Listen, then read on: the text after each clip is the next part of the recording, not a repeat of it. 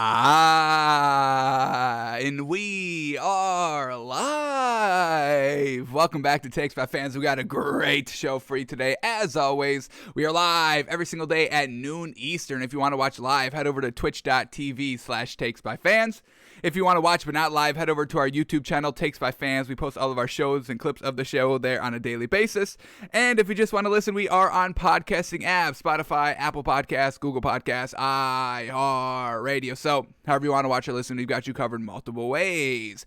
Alrighty, today's a big all Friday, folks, and truly unfortunate there's no football. There's no football to look forward to this Sunday, folks. How truly unfortunate. So we all know the NFL season has come to a close. Rams getting that Super Bowl win last Sunday. But now that the season is officially over, we could take a little bit of a revisit on what our official predictions were that we made on September 9th with the season kicking off that night, Thursday Night Football, September 9th. So what did we predict? And we had some expectations because we had some new head coaches have their first season this season. And we set some expectations on what we would classify as a good season compared to a bad season for these first-year head coaches. So we've got them all written down, folks. We're going to go back and revisit them, see what we got right on the season. Did we get anything wrong? Do we ever say anything wrong? Are we going to be exposed for the first time ever since Takes by Fans has started of being wrong? It may be it, folks. We may have our official first wrongness today on the show, but we'll see what it says. So going through that, our predictions and expectations list that we wrote before the season started. We'll see how good we did. I think we did good, but we haven't checked it for the entire year. So truly a mystery to us, and we'll see if we called the entire season correctly. So we've got that today on the show. Two quick stories I do want to touch upon in the NFL, so we'll go over those, talk those through, and then we got to break down the NBA from last night, and truly unfortunate, the last night for a week, folks. We got to wait a week, one full week with no basketball. We have the All-Star break coming up today, tomorrow, Sunday, so that should be okay. It should be all right. We'll see if we can actually bet the NBA All-Star game. We couldn't bet the NFL Pro Bowl game, so that was lame. So I guess hopefully we're looking forward to that on Sunday. I think we're taking Team LeBron. We'll bet on Team LeBron, but we'll see if, what the odds are, if we can even bet on it. Today is like the celebrity game tournament. Tomorrow is the skills challenge, and then I believe Sunday is the actual game.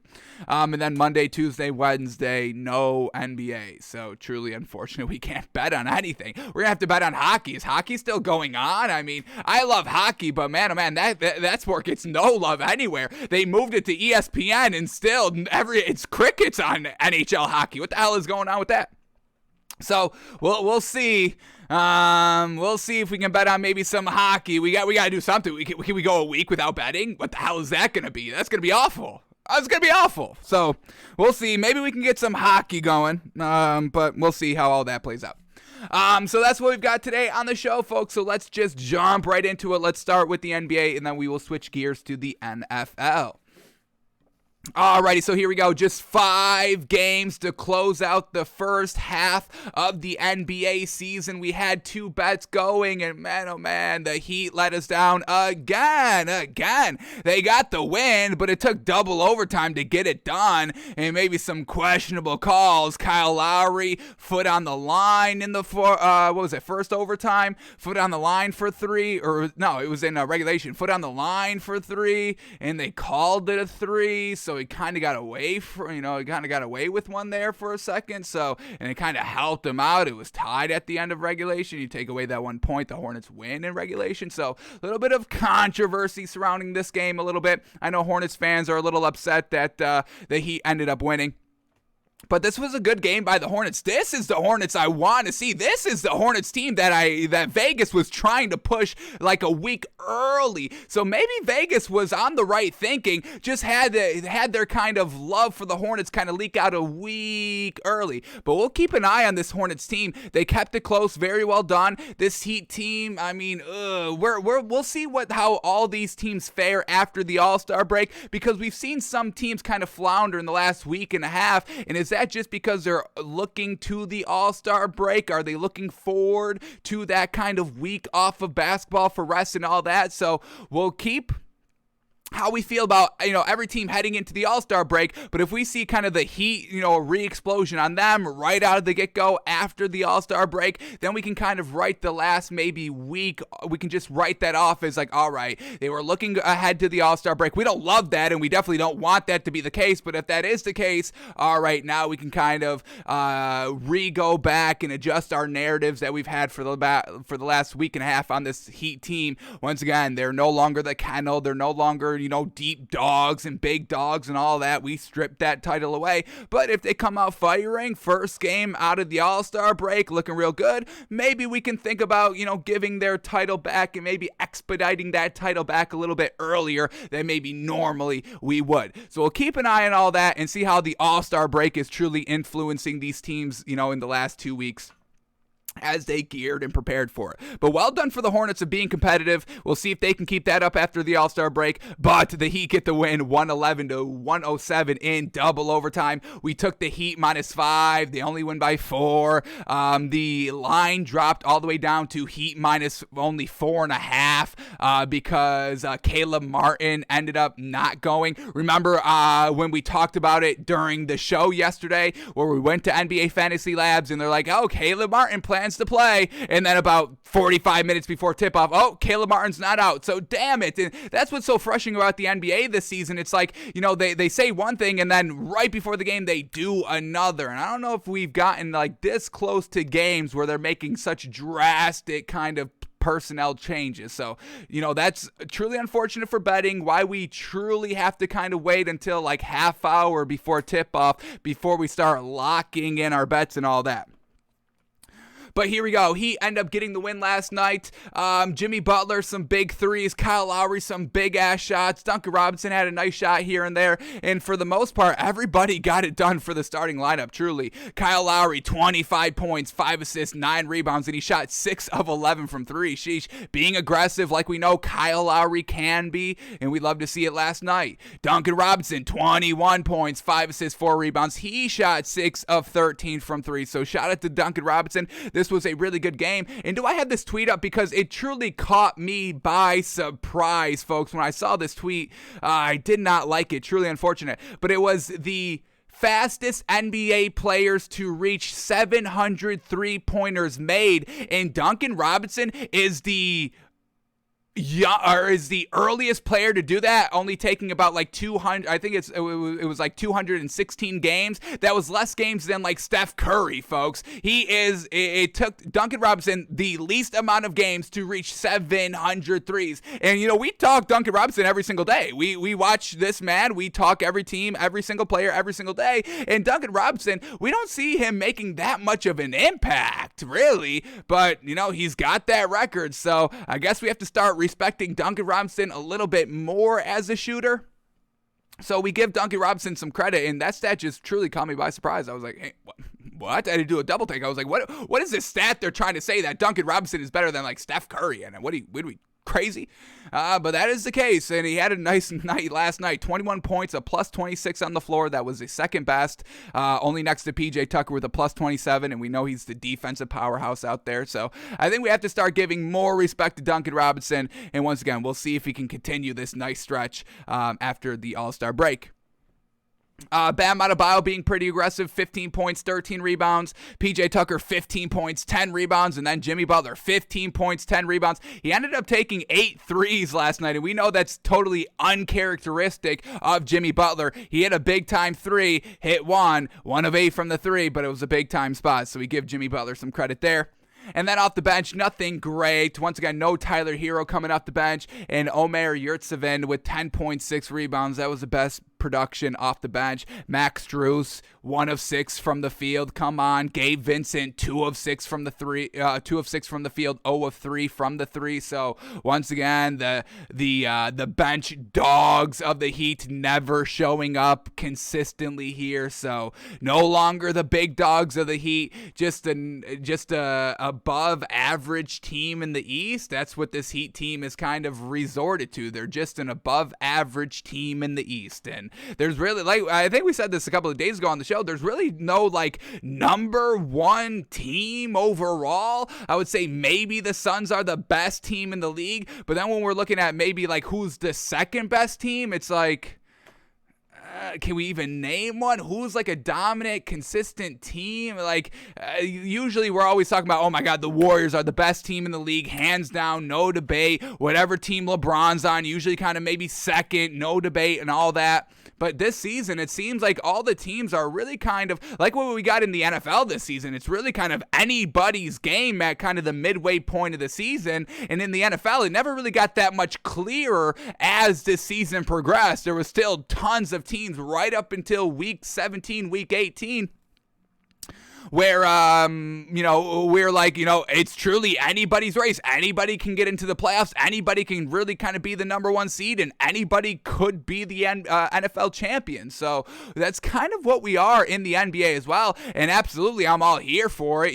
More parity in the league and all that. That's exactly what we want to see. We don't want to see, 4 great teams, everybody else trash, and we're all just kind of waiting until the playoffs to start. I mean, this NBA regular season so far has been pretty solid. Usually in the NBA, it's like, all right, nobody cares about the regular season. It's only about the playoffs because, there is only, 4 good teams and all that. This season, it's really anybody's race. So we'll see if that continues past the All-Star break. I'm sure it will. We're going to get, James Harden back after the All-Star break. We're going to get teams, truly making their playoff pushes. We got some teams outside looking in, the Wizards and the Knicks, the 11th and 12th seed in the Eastern Conference, trying to get into the top 10 for that play-in tournament. Maybe the Pelicans, maybe the Spurs. They're the 11th and 12th seed heading into the All-Star break, trying to get into that top 10. So we'll see if any team can kind of make a run here and get their way into a play-in tournament game to try to make the playoffs. But so far, the league is wide open is the overall point, folks, truly. So, all right, back to the game, though. Heat, they get it done, but not in dominating fashion. We have to see this Heat team reclaim their dominance, and we haven't really seen that in the last week and a half. All right, and then the Hornets last night, and I loved what I saw from Montrezl Harrell last night. That's what I know he can do. Him and LaMelo Ball just such on the same pace. Montrezl Harrell just being a force in the paint, an aggressive dog. I mean, we're talking about dogs here because it's the Heat, but oh man, Montrezl Harrell has always been a dog his entire career, and a huge reason why we love watching this man play. Ended up playing 42 minutes last night, where Mason Plumlee, the starting 5, only played 13. We love that. The only downfall to Montrezl Harrell's game is that he's like 6'7". I mean, he's a big at 6'7". So that's unfortunate. A bit, a little bit of small ball lineup, and that's exactly what this Hornets team can definitely, flourish in, the small ball lineup. LaMelo Ball, Terry Rozier, Miles Bridges. I mean, they can shoot wherever. You get Montrezl Harrell. He can dabble in some threes. It's not his game, but he can dabble in it. So the small ball lineup was kind of working for the Hornets last night, and we'll see if that's what they use after the All-Star break to truly kind of make a playoff push. Currently, this Hornets team, what do we got them at? We got them 9th seed in the Eastern Conference, so already in the play-in tournament. They've got their work cut out for them. I think we said this yesterday. 5 games out from that 6th seed of getting into the top 6, so they don't have to have a play-in tournament and can just guarantee themselves a playoff spot. But we'll see how this Hornets team kind of plays the back end of the season, and we'll see if Vegas kind of knew something a little bit early, because we loved the way that they played last night. Everybody was kind of on, and Montrezl Harrell's just kind of beefing it up down low. Absolutely fantastic. 24 points, 8 rebounds. Now, one unfortunate thing about Montrezl Harrell, he could have won the game. It was tied 97-97, and he was at the line for his second free throw, which would have put him up 1 if he hit, and that would have won the game because Jimmy Butler missed the game-winning shot, tied at 97-97. After that missed free throw, there was about 5 seconds left.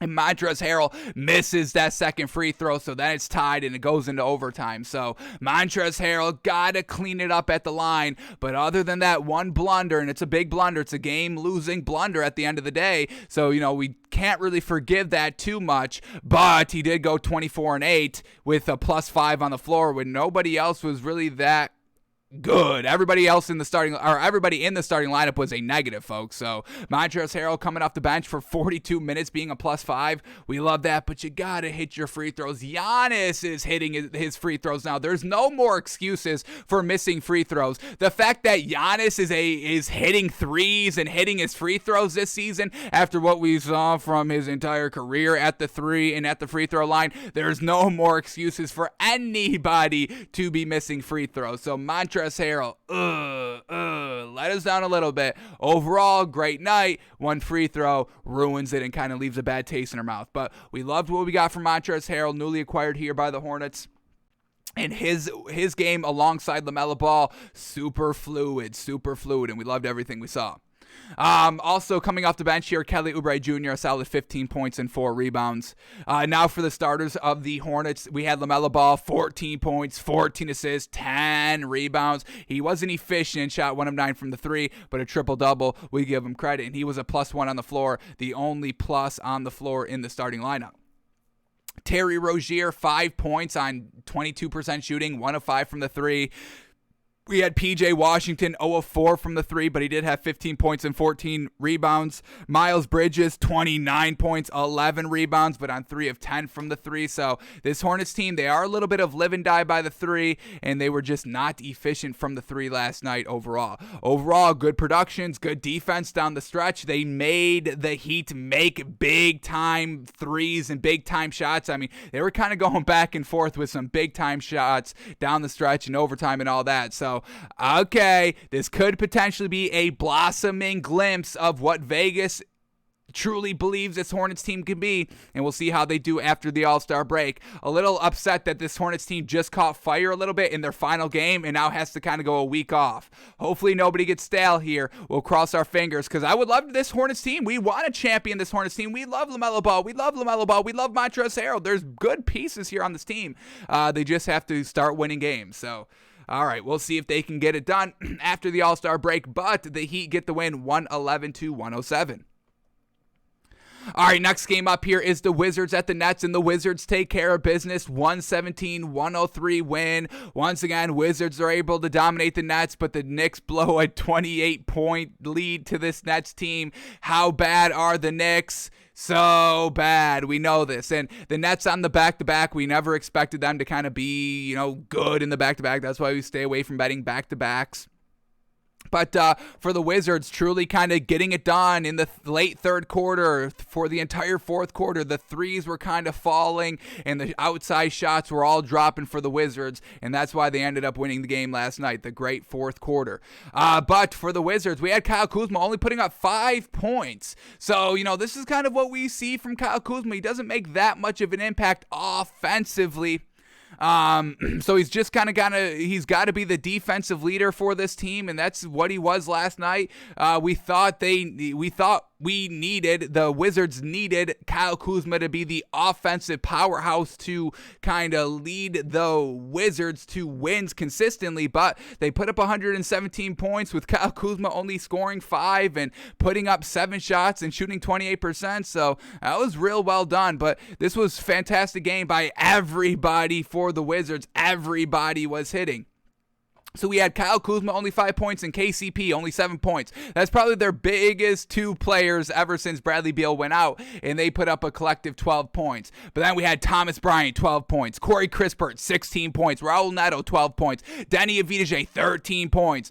Ish Smith, 15 points. Rui Hachimura, 20 points. Anthony Gale, 12 points. So everybody was getting into the mix here. They played like 9 players, significant minutes, and they all got significant offensive production here. So well done for the Wizards of everybody coming together here. This is like what the Heat were looking like during that kind of nice 2-week stretch where everybody was getting it done. Are the Wizards the new Heat? Well, no, but no, and we'll not even see, but no.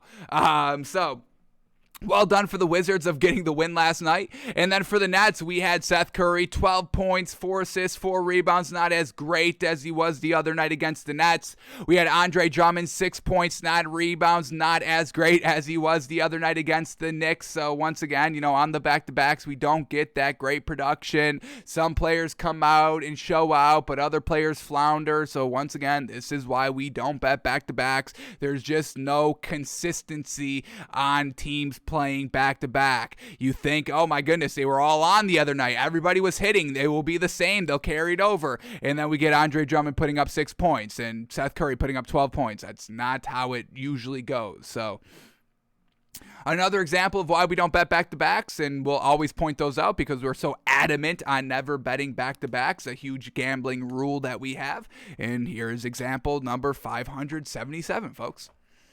We get Paddy Mills, and he had a better night than what he did against the Knicks. Unfortunate, it doesn't result into a win. 22 points, 3 steals. He had 3 assists, 2 rebounds. He shot 57% on 14 shots, so not bad overall, but not resulting in the wins, not being the true leader needed. Coming off the bench, LaMarcus Aldridge, always consistent on the back-to-back. One game every week, it doesn't matter. LaMarcus Aldridge will always show up. 16 points, 4 rebounds, we'll take it.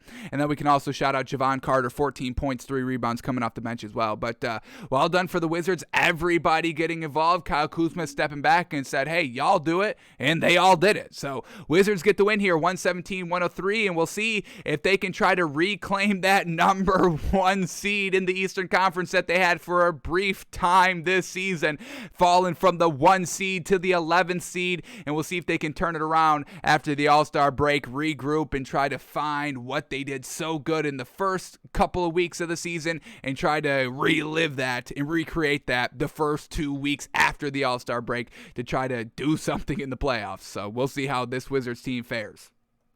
But the Wizards get the win, 117-103. All right, next game up here, and this is a game that we bet on. We thought it was pretty good value, and that's exactly what it turned out to be. Mavericks only minus 2.5 points, and they end up winning by 7. Well done for the Pelicans of being competitive, but once again, the Pelicans are not ready to take that next step of winning these games. They're competitive in these games. They're not getting blown out, which is a great first step, but like we say, the second step is winning games and putting it all together, winning against the gooder teams, the better teams in this league. So well done for the Pelicans of being competitive. Now, take this week off. Find out what you're kind of doing wrong in the clutch time in games and how to close out games and all that. Use this week, get better, because I would love for this Pelicans team to be that good team. We love the big three, Brandon Ingram, Valanciunas, CJ McCollum. That's a root for big three right there. And we'll see if they can kind of put it all together after the All-Star break here, but well done at being competitive. But unfortunately, still lose by 7. Shout out to us for hitting the bet, and unfortunate for the Heat of not putting it both picks together, losing by 1 point. These last 2 days, folks, have absolutely killed us. We were like, we were overall 2 full points, just 2 full points away from hitting both of our bets the last 2 nights, folks. That's how betting goes. A single point separates winning and losing. How unfortunate is that?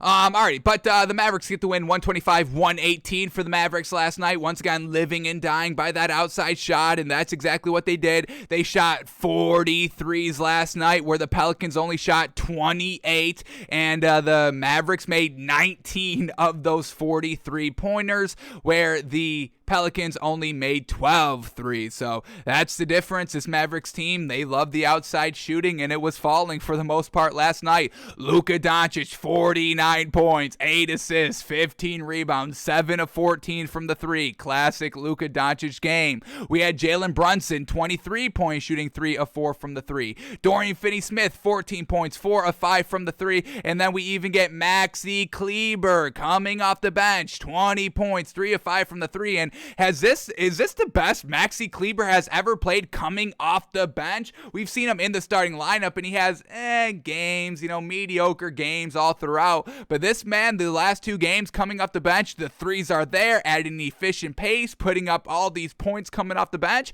Yeah, we'll take that all day. So Maxi Kleber coming off the bench, we think we found this man's fit. So Mavericks put up 125 points, looking real good while doing so. And then the Pelicans, they had a pretty good night. Big 3 stepped up good. Brandon Ingram, 12 points, 8 assists, 5 rebounds. Not efficient, shooting 28%, but overall, some good stats there. We get CJ McCollum, 38 points, 5 assists, shooting 7 of 10 from the 3. Valanciunas with the solid double-double, 16 points, 18 rebounds, 4 assists. So big 3 got it done. And then we had Jackson Hayes in the starting lineup, which we absolutely love. 18 points, 6 rebounds, fantastic. They even had great bench production. Devontae Graham, 12 points, 5 rebounds. And Tony Snell, 11 points, 1 steal, 1 assist, 4 rebounds as well. And they both shot 66% off the bench. We'll take that. Just unfortunate. Couldn't stop the outside shooting when they needed to, and the Pelicans couldn't keep up with the outside shooting and never even attempted to really keep up with the outside shooting. So Pelicans making, small steps of being a really good team in this league, but the Mavericks with Luka Doncic, they're winning games, folks. They are shooting the ball and winning games. Once again, we don't love it, but we can't knock it. It's winning games. So we'll bet on it. We don't love it. We don't have to, we don't have to love everything we bet. Hey, if it's winning and it's getting it done, we'll bet it. That's fine, folks. Once again, what we believe in betting, they're 2 different things, folks. Knowing sports and knowing betting are 2 different, entirely different things out here. So, if we have to kind of go against some things that we believe in on the court and all that to hit the bet, we've got no problem doing so, and that's what we're doing with the Mavericks. We don't love how this team is winning. We still don't really understand it, but it is winning, and when we only have to swallow 2.5 points against a rising good Pelicans team, we know that's good value, and we cashed in on it last night. So the Mavericks get the win, 125-118, and we'll see how both these teams fare after the All-Star break.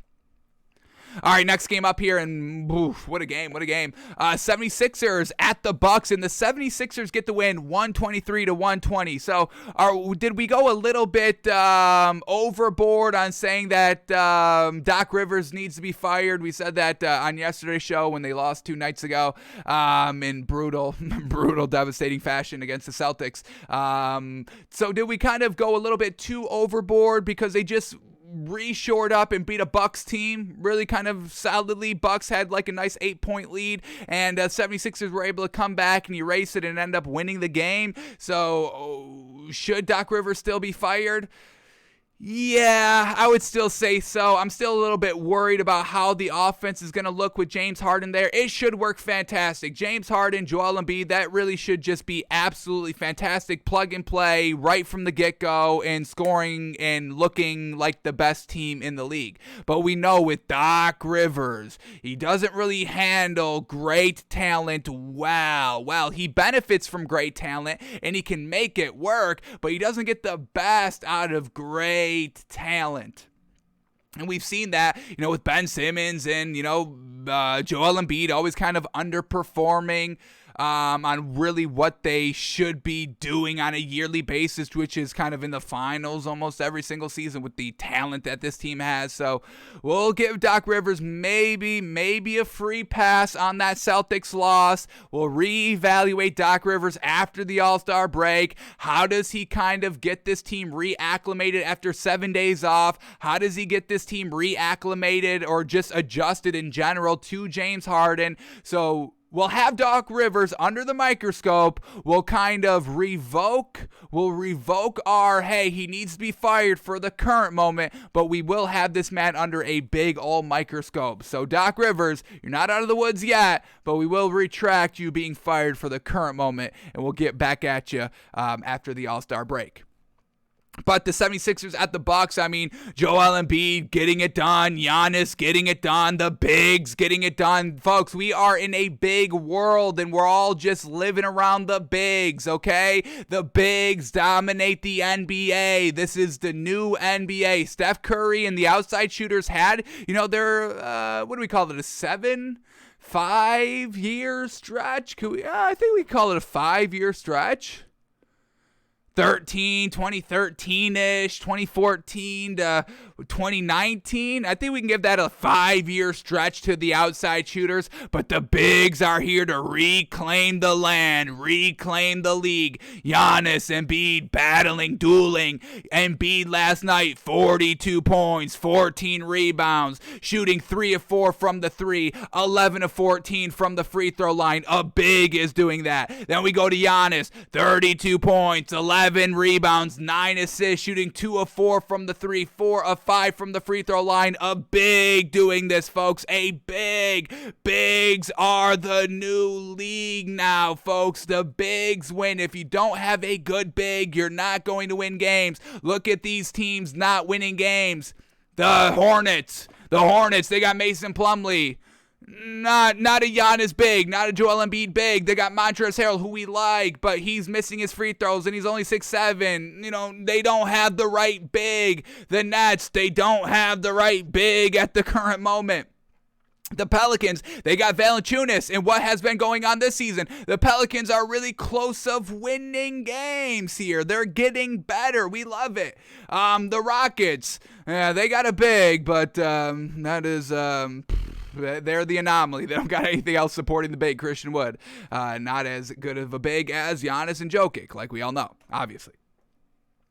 But this is a bigs league, folks. Get used to it. I don't see it really going anywhere because when you watch these players play, folks, it is just dominant. They control the ball. They can have the ball in their hands. They can make the right pass. Giannis, 9 assists. What do we got with Joel Embiid? 5 assists. I mean, they're making plays, folks. Joel Embiid led his team in assist numbers last night over Tyrese Maxey, over Matisse Thybulle. He is having more assists than them, folks. A big. They can be ball dominant. They can handle the ball. They have the vision. The big position now has acquired the point guard vision. This is a bigs league now, folks. Okay, if you don't have a big, you've got 0 chance of winning the championship. Damn. And that's how we're going to bet the All-Star game. If we can bet the All-Star game, whoever has the most bigs wins. Team Durant or Team LeBron. We'll revisit the rosters, but whoever has the most best bigs, I am taking to win. I don't care who has the better point guards. It's done. It's the bigs. Look at who won MVP last season. Look who won the championship last season. Look at the front runners of MVP this season. DeMar DeRozan should be in the discussion, but because of how good Joel Embiid and Giannis are, they're overtaking it. And how good Jokic is, they're overtaking and overshadowing DeMar DeRozan's fantastic, unbelievable, fantastic season. It's a bigs league, folks, and we're all just living in it, all right? Man, the bigs, folks, gotta love it. All right, let's go back to the 76ers team since they got the win. Once again, Joel Embiid, 42 points, 14 rebounds, 5 assists. Magnificent. Tyrese Maxey, 19 points. We like it. 4 assists. Would like him to do a little bit more facilitating of the floor, but he's kind of getting, he wants to get acclimated to his new role here when James Harden eventually comes back after the All-Star break, where he slides to the 2, a little bit more shooting, a little less kind of facilitating the floor. So he's just getting acclimated to his new role here on the team. We had Georges Niang in the starting lineup, and hey, didn't we just call Doc Rivers out for not utilizing Georges Niang better than what he was getting out of him before? And what happens? He moves him in the starting lineup. They win the game, 18 points, 6 rebounds, a plus 10 on the floor, folks. So once again, Doc Rivers, we can give him we'll take that Celtics game out of the equation. You did everything right this game. Well done, folks. Well done to Doc Rivers of putting Georges Niang in the starting lineup and doing what we said, folks. Do you all not know that we know what we're talking about? We're a year and like 7 months into this, folks. We know what we're talking about. Georges Niang in the starting lineup, a great night, a plus 10 on the floor. And then we had Tobias Harris, another solid 19 points, 4 assists, 8 rebounds. So everybody in the starting lineup really got it done. Matisse Thybulle only played 14 minutes, so not really counting him as a starter. And then coming off the bench, Furkan Korkmaz with a solid 13 points, 7 rebounds. Well done. So the big names step up with the 76ers getting the win, and they're just waiting for James Harden now. All right, and then the Bucks from last night. Chris Middleton, 19 points, 5 rebounds. Giannis, 32 points, 11 rebounds, 9 assists. Bobby Portis still going strong at the 5, 17 points, 7 rebounds. Still loving that 3-point shot, 1 of 7 from the 3. Drew Holiday, 24 points, 3 assists, 5 rebounds. And then Jordan Nora at the 2 in the starting lineup, 18 points, 3 rebounds. Very well done. But this Bucks team, nothing good off the bench. Nothing good off the bench, folks. Serge Ibaka, 5 points, 6 rebounds. Now, we love Serge Ibaka, and we love that they acquired Serge Ibaka. He can kind of hit the 3. He's a good big, all of that. Just wasn't efficient last night. Just could not get it going. 1 of 5 from the 3, 2 of 8 from the field overall for only 5 points. So Bucks, no real great depth off the bench here, but Giannis and company got it done, and it was close. But 76ers pull it away at the end, winning 123-120. And then the final game of the night here, Rockets at the Clippers. And the Clippers, bango bango, blow them out here. And this is what we wanted to see from the Suns 2 nights ago. Why did the Suns only win by 3 against the Rockets, but the Clippers can blow them out by like 31 points? Damn. Clippers get the big ol' win here, 142-111. This is what we want to see from the Suns. Not on every game. We know you're not going to blow out every team, every single game. We get that. But I still want to see some blowouts here and there to make sure that, hey, you can still blow out teams and you can assert your dominance when you need to against really bad teams. So shout out to the Clippers for blowing them out, but a little bit of shame on the Suns, a little bit more shame that we should be putting on the Suns for not blowing out this Rockets team 2 nights ago. But the Clippers get it done. Reggie Jackson, 12 points, 14 assists. Terrence Mann, 20 points, 8 rebounds. Zubac, 13 points, 10 rebounds. Marcus Morris, once again, leading the team in scoring, 27 points. And then this mother-loving bench, yes. Isaiah Hartenstein, 13 points, 5 blocks, 3 steals, 2 assists, 8 rebounds. What a night. Luke Kennard coming off the bench, 25 points. 2 steals, 3 assists, and then Amir Coffey back at it. Finally love to see Amir Coffey kind of back good here. Had to move him down to the bench, but he's back being good. Starting lineup didn't do him too well. Back down to the bench, though, 13 points, 4 assists. We will take that. So the Clippers, everybody on last night, and then for the Rockets, Christian Wood, 13 points, 7 rebounds. Not a dominant big in this league. That's why the Rockets are not good. If Christian Wood was a little bit more dominant, this Rockets team would be better. Jalen Green, 21 points. It led the team in scoring, so I guess we can shout out him. Deshaun Tate, 19 points, and was it? They had some good bench production here, but we saw the bench production of the Clippers, so it's nothing as good as that. Clippers get the win, 141-111. All right, and then those were all the games from last night, and then just quickly here, a little story in the NBA, and this is, I got to respect Damian Lillard. He could have left the Blazers. He probably should have left the Blazers, but the man said, hey, no, I've been here. I've been building this up. I've been creating this, and I'm going to ride this until I can't ride it no more. So I give credit to Damian Lillard, and once again, what we say in the NFL, coaches, hey, you don't have to always be the guy. Just try and build something. That's why we didn't want Eric Bieniemy, the offensive coordinator for the Chiefs, to leave the Chiefs team because, hey, we're building something great here in Kansas City. Overall, getting to, championship games every single year, getting to the Super Bowl every single year. So Eric Bieniemy, doesn't need to be the guy. Yes, he'd be probably a really good head coach, but at the same time, do you have to always be the guy, the main guy? You don't want to kind of stick around and build something fantastic and have a dynasty like the Patriots? And Damian Lillard is kind of on that same thinking. So obviously, we're going to kind of love that and definitely kind of value that and respect the hell out of that. And this is what Damian Lillard says. Here we go. He says, quote, "I'm loyal to what I believe. I do love living in Portland. I do love playing for the Trailblazers, but I've built this. I've been a part of this for 10 years. I know it. I know what means something to me in my heart, and that's winning a championship here. I've built this. I love living in Portland. I love playing for the Blazers, but I've built this. I am building something here. I want to build my own greatness. I don't want to go and join a super team and create greatness and all that. I want to build greatness. I've been here 10 years putting in the work, and I'm going to be here until it comes crumbling down, if it ever does." So big time respect to Damian Lillard for not taking any easy way out, going through all the adversity, always coming up just a little bit short in the playoffs and all that, but he's staying here even though they're trying to blow it all up by getting who's their head coach? I'm blanking on his name. Chauncey Billups, bringing in Chauncey Billups as a head coach. Unproven, never been a head coach before. Yes, he's been a great player, absolutely, but players turning into coaches, that doesn't always work. Look at, Steve Nash with the Nets. Is he doing anything? Is he coaching? I don't even think he's making any personnel or roster decisions himself. I don't think he has any control over that team at all.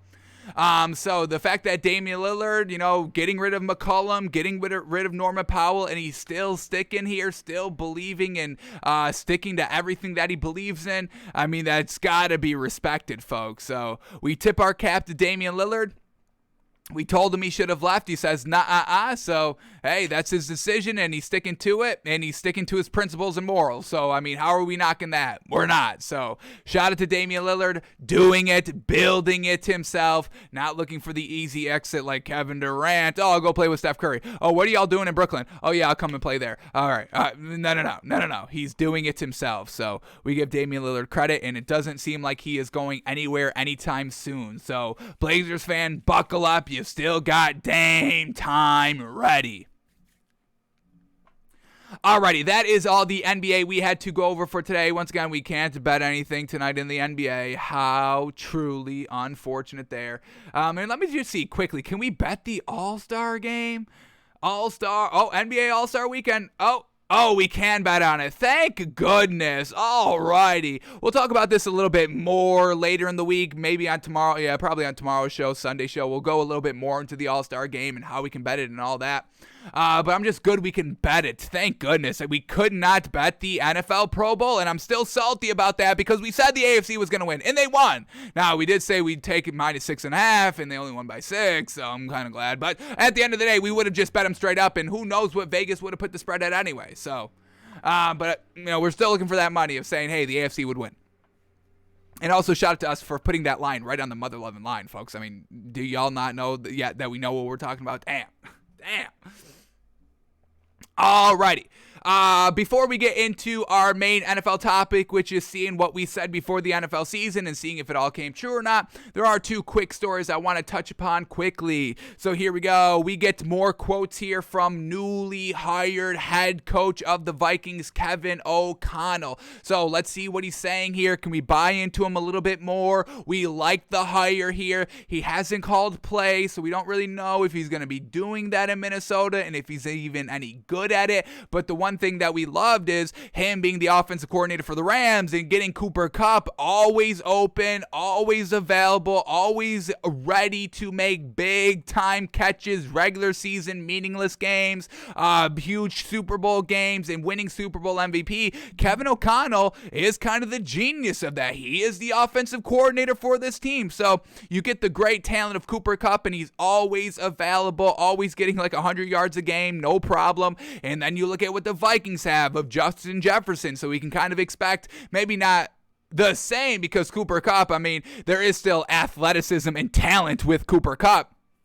And Justin Jefferson obviously has athleticism and talent, but I don't know if it's as better as Cooper Kupp. But we'll see now that he has Kevin O'Connell and what he does with Justin Jefferson. But we still believe Justin Jefferson will have fantastic years. Maybe not as good as Cooper Kupp, maybe even better. It could be better than Cooper Kupp, absolutely. But we'll see how much of an influence Kevin O'Connell truly had on Cooper Kupp. But we're going to give him the benefit of the doubt and say, yeah, he had a lot of influence over all of his production. So that's why we love Kevin O'Connell. But now let's go into these quotes here and see what he's saying. There's one quote that, once again, they're sticking with Kirk Cousins, which I don't love, and I don't know if Kevin O'Connell loves it, even though he says he loves it. So let's kind of dissect some of these quotes right here to truly see what Kevin O'Connell has planned going into this season as the head coach of the Minnesota Vikings. All right, so here we go. First quote, I think we got like two quotes here, so let's read the lead up to the first quote here. Minnesota Vikings new head coach Kevin O'Connell takes over a club that missed the postseason the past 2 seasons with losing records and hasn't won the NFC North since 2017. But the former Los Angeles Rams offensive coordinator believes there is a foundation in place to compete right away. All right, thank goodness Kevin O'Connell's not saying, hey, I want to build the foundation. The foundation's already laid. All right, thank goodness that's not his primary focus. Y'all know what we say about that. That is boomer thinking. Exactly, boomer thinking. I mean, I just said this today, folks. There's a clip going around of Stephen A. Smith talking about the Knicks last season of how, they're so tough and grit and they built the foundation. There's a culture change taking place in the New York Knicks. That's what Stephen A. Smith was saying last season. And then it ends, the final 3 seconds of the video, Stephen A. Smith saying the Knicks are trash because this season they are trash. So the culture change, the foundation that the Knicks built and laid all last year that led them to the playoffs, that is all gone in a snap, folks. 3 game or like a bad start to the season by Julius Randle, and that entire foundation and culture is gone. It's out the window. It's boomer thinking. We are done with the ways of 5-year rebuilds. Build a foundation, build a little bit of a better foundation the second year, tidy up the foundation year 3, and then year 4 we make it to 8 wins. Stop it. Will y'all stop it with that thinking? It's outdated. Can we get smart, innovative new head coaches? Sean McVay, Mike McDaniels, get the new wave, the new thinking into the head coaching positions, and not just in the NFL, in the NBA. Look at the Knicks, Tom Thibodeau, boomer thinking. Get him out of there. Get him out of New York. Done with the old school mentality. Earth in sports is for the young, for the new innovation, the new mind. Stop it with the old school thinking. It does not work. It doesn't work. When was the last time a rebuild has worked? A 5-year rebuild has worked. A 5-year rebuild turns into another 5-year rebuild, which turns into a 5-year rebuild, and here we are, 15 years of wasted seasons. Wasted seasons, folks. 15. We're talking years here, folks. 15 wasted years because you wanted to rebuild and build a foundation and change the culture. Winning changes the culture. Damn. So I'm glad that this Vikings team and Kevin O'Connell and everybody thinks there's already a foundation laid to compete right now. So Kevin O'Connell's not coming in and building any foundation. Thank goodness, absolutely thank goodness here. We only have one head coach in the new hiring cycle that said the words, I'm here to build the foundation. And that's Matt Eberflus, defensive guy, not keeping up with the times. Get him out of here. I'm done with the Bears already. They made the wrong hire. Fire Matt Eberflus now. He's boomer mentality, boomer thinking. It has no place in the league. All right, back to Kevin O'Connell. What is this man saying? Here we go. He says, quote, trying to win a championship here is the goal. Love that. Right off the rip. Trying to win a championship here is the goal. First thing said. Love it. There's so much to be drawn from this opportunity for me. Like I said, the amazing ownership. There's a very talented roster already in place here. A lot of really, really good football players that will play, that have played at a high level, and I'm so excited in all three phases, offense, defense, and special teams, to get to work with these guys and help put them in the best possible situations to have success. Alrighty, he's excited. He is gushing over about the talent here in Minnesota, and I like two talented pieces. I like Justin Jefferson and I like Adam Thielen. I like I like that talent, but I don't love Kirk Cousins at all. I hate Dalvin Cook.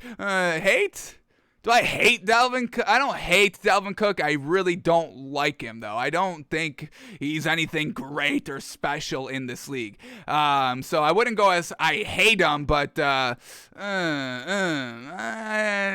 we don't talk highly about Dalvin Cook, and it's not anything personal, obviously. It's just like you're fumbling at key situations, and you don't get it done in the crunch time. So what are we doing here? What are we doing here? If you're not getting it done in the crunch time, I can't buy into it at all. Once again, I was buying into Eli Apple because he was getting it done in the crunch time. Cornerback getting burned by everybody. But in the crunch time, he stepped up and made big plays. I gotta respect that. Not in the Super Bowl. Unfortunate. Taking a little bit of a step back on Eli Apple. But hey, he got to the Super Bowl, made big time plays in playoff games. Dalvin Cook, really done that? No.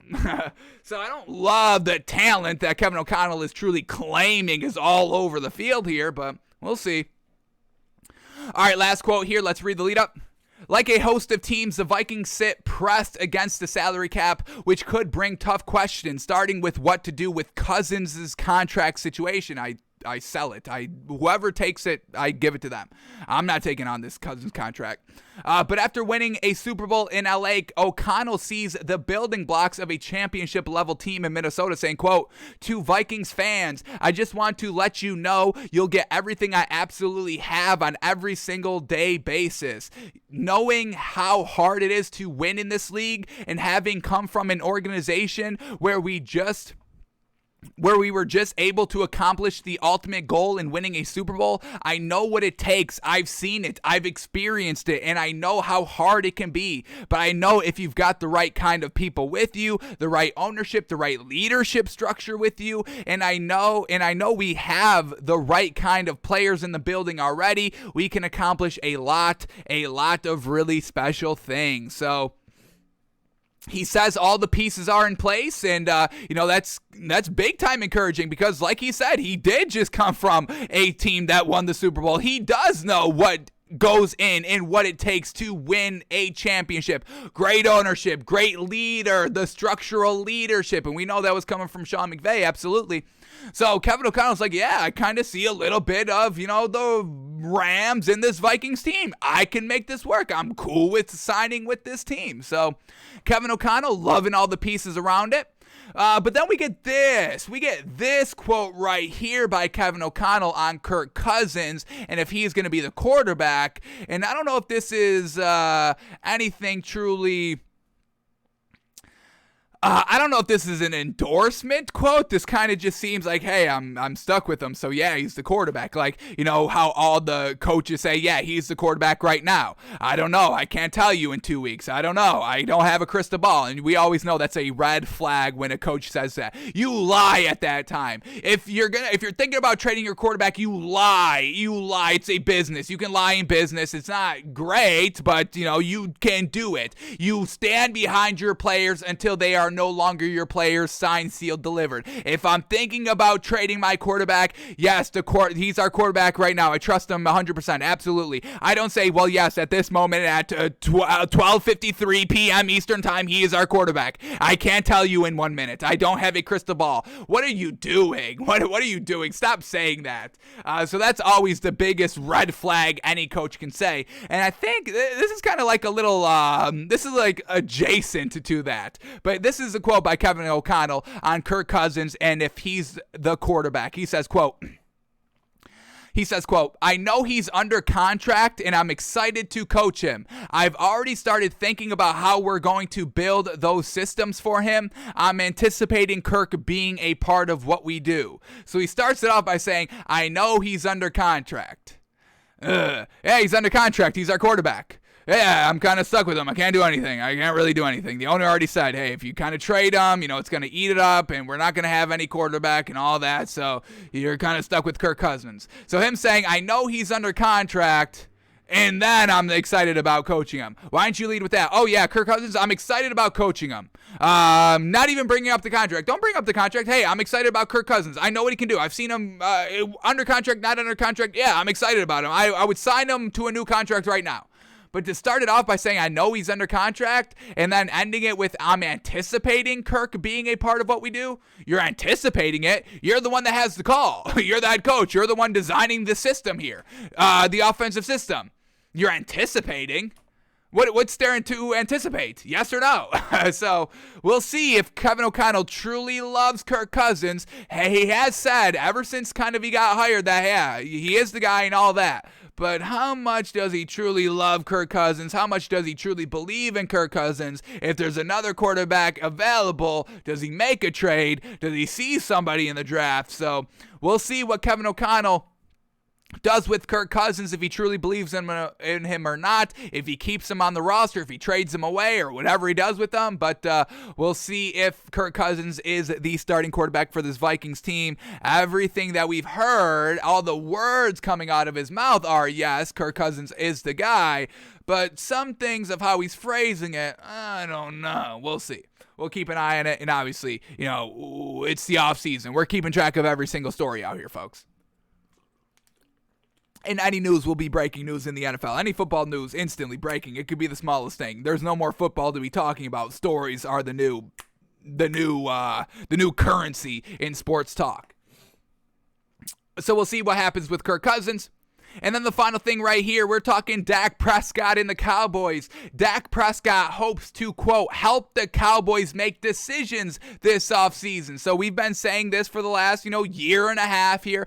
Got to have input from everybody. You don't have to kind of, take and stick to 100% of what they say, but you should take input, and that should influence your decision overall, what their input is from the quarterback level to really anybody. Most importantly, the quarterback, because that's the guy, and then some coaches, some players overall, just taking input, hearing other viewpoints, other vantage points, other people's experiences, hear them out and use that to make your overall decision when you're the coach or the owner or whatever.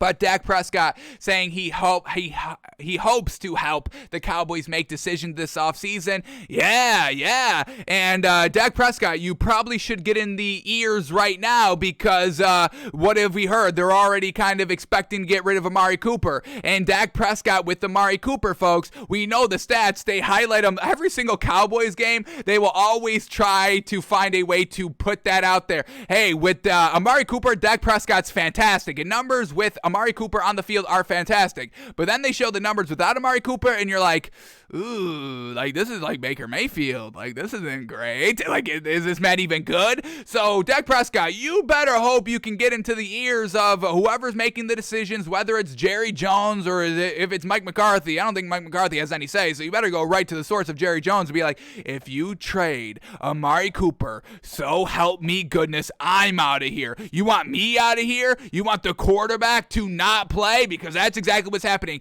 I don't care what it takes, how you have to do it, you keep Amari Cooper here. So that should be Dak Prescott's first priority.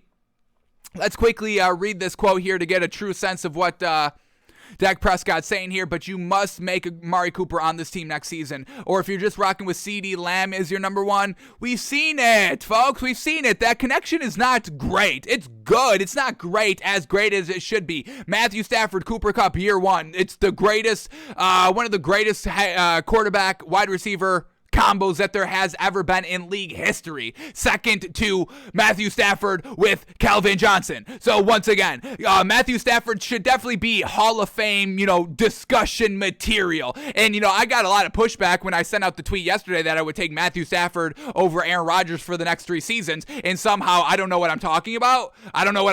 1 year with Cooper Kupp and Matthew Stafford makes him the best receiver of all time. And Devontae Adams with Aaron Rodgers is always just great. It's not greatest of all time level. So what are y'all talking about? Please stop it, all right? Just because I don't regurgitate the same garbage that every single person that talks sports regurgitates on a daily basis, I'm wrong? I don't agree with that, folks, so spare me, all right? So credit to Matthew Stafford, but back to Dak Prescott here. So here we go. Dak Prescott, the first quote. The Cowboys quarterback recently told Jory Epstein of USA Today that he would offer his thoughts if the Dallas brass approaches him with any offseason queries. No, you don't wait for them to come to you. What are you, crazy?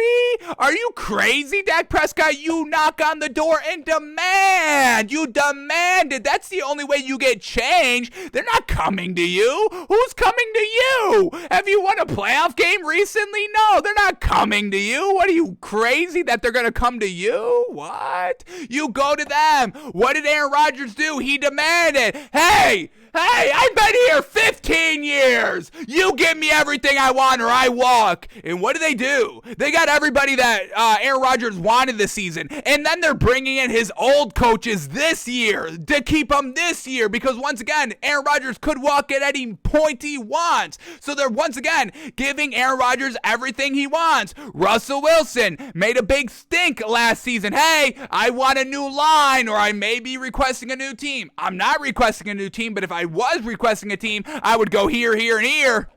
But I'm not going anywhere. But if I was, I want to go here. I want it to be known I'm going here. If I'm leaving, I'm not leaving, but I may go here if I do at some point. You demand it. Now, it didn't really work out for Russell Wilson. He didn't get a new line, and we still had the same issues from last season to this season. But you go and demand it. You make it known. That's your power as a player. You must utilize every piece of leverage that you have. Use it. Well, y'all use your leverage. Everybody else does. Use your leverage. Use your leverage at any point. Who cares? Oh, no, the media demonizes you, villainizes you. Oh, no, social media is going to be mad at you. Oh, no, Cowboys fans are going to be mad because you want better players on your team. The fans are going to be mad at that because the media is telling the fans to be mad at that. Use your leverage, Dak. Hey, you want me to walk? You keep Amari Cooper. I'm already hearing Amari Cooper maybe walking out the door. If he leaves, I'm leaving right behind him, and I'm going wherever he is. So, use your leverage, Dak Prescott. Damn. I'm disappointed, Dak Prescott. Damn. The Cowboys quarterback recently told, Jory Epstein of USA Today that he would offer his thoughts if the Cowboys branch approaches him. Stop, Dak. Go and demand it. Don't even knock on Jerry Jones' door. You open it. You go right in there. Who cares? Go right in there. Amari Cooper staying. I want Mike McCarthy gone. What else should you be wanting? Maybe another, I don't even know. Offense is truly talented. It's truly gifted. You don't need anybody else. You just need to keep everybody and get rid of Mike McCarthy. That's what you should be demanding, Dak Prescott. Not, hey, if they come up to me, yeah, no. Ugh, I don't love where this is going already, but let's read the quote here. Quote, I didn't think about it until you said it. Oh, my God. He's not even thinking about having a voice on this team. What? I didn't even think about it until you said it. I didn't even think about having a voice until you came in and prompted the question. Dak. You already got paid. The leverage, you've got the leverage. You can walk. They'd have to probably still pay you regardless. You've got the leverage. Use it. I didn't think about it until you said it, but it just allows you to be fresh and be certain on everything and know obviously you're here. There's no questions. You can help the team make decisions. Well, then help make the team make decisions then. Dak Prescott letting us down. We got one more quote here. All right, one more quote. Let's read the lead up here. All right, like most players, Prescott isn't seeking decision-making powers that will always sit with Jerry Jones, but just that his voice is heard. Says, quote, I think that just depends on whether they ask me. Oh, my goodness, Dak. I think that just depends on whether they ask me. I'm not going in and knocking on doors saying, no, you aren't. Right, you don't go on doors knocking. You go open them, bust them down, kick them that door open right early in the morning, Monday at 6 a.m. when everybody's just getting there. You kick down that door. Hey, Amari Cooper saying, and then you walk out. You don't prompt the question, Jerry, do you mind? Is there a way that we can keep Amari Cooper this season, please, for me? No, you don't have to. Kick it down, Amari Cooper, stay in. And you walk out. And then you knock down the door tomorrow, the new door that they just put up in the meantime. Tuesday at 6 a.m., kick down that new door. It's a little bit weaker because they haven't really kind of screwed it into the door frame just quite yet. That's coming today. But you kick down that weaker door. You said, hey, Amari Cooper is staying, right? You point at him. You stare at him. It's not even phrasing it as like a question. Amari Cooper saying, right? It's like a wink, like, yes, he is, right? Demanding, right? He's saying, right? Then you walk out. Then you don't kick down the door Wednesday. They think it's over. They think it's done. They think they won. All right.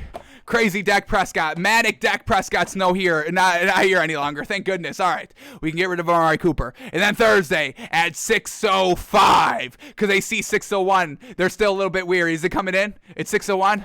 He's not? All right. They have a sigh of relief. All right. He only comes at 6 o'clock. And then at 6:04, they had their guard down. They're like, oh, if he was going to kick the door down by now, he would have done it. It's 6:04. Whew.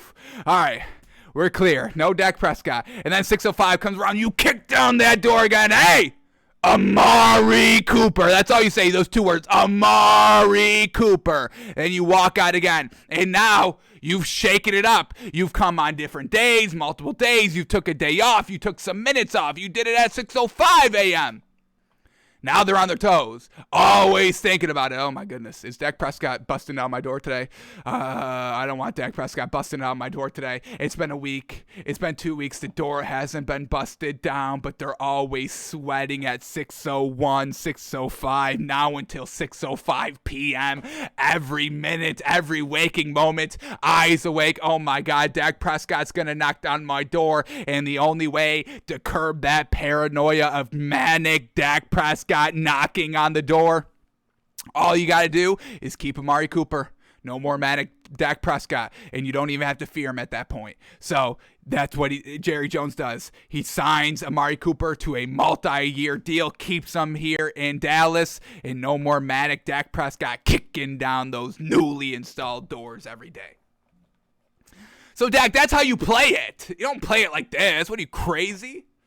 Back to the quote. Let's finish this up. I think it just depends on whether they ask me. I'm not going in and knocking on doors saying, hey, I want this done, I want that done. But I'm pretty sure that my opinion will be valued in certain decisions, as I hope. So with that being said, just plan on helping this team get better in every which way I can. So Dak Prescott being the good guy. Newsflash, the good guy doesn't win or get anything he wants. You must go out and get what you want. Be demanding. Be aggressive. Use your leverage. Dak Prescott trying to be the good guy. The good guy. Has Hollywood taught us nothing, folks? The good guy doesn't win, okay? Damn. Dak Prescott. How disappointing is that?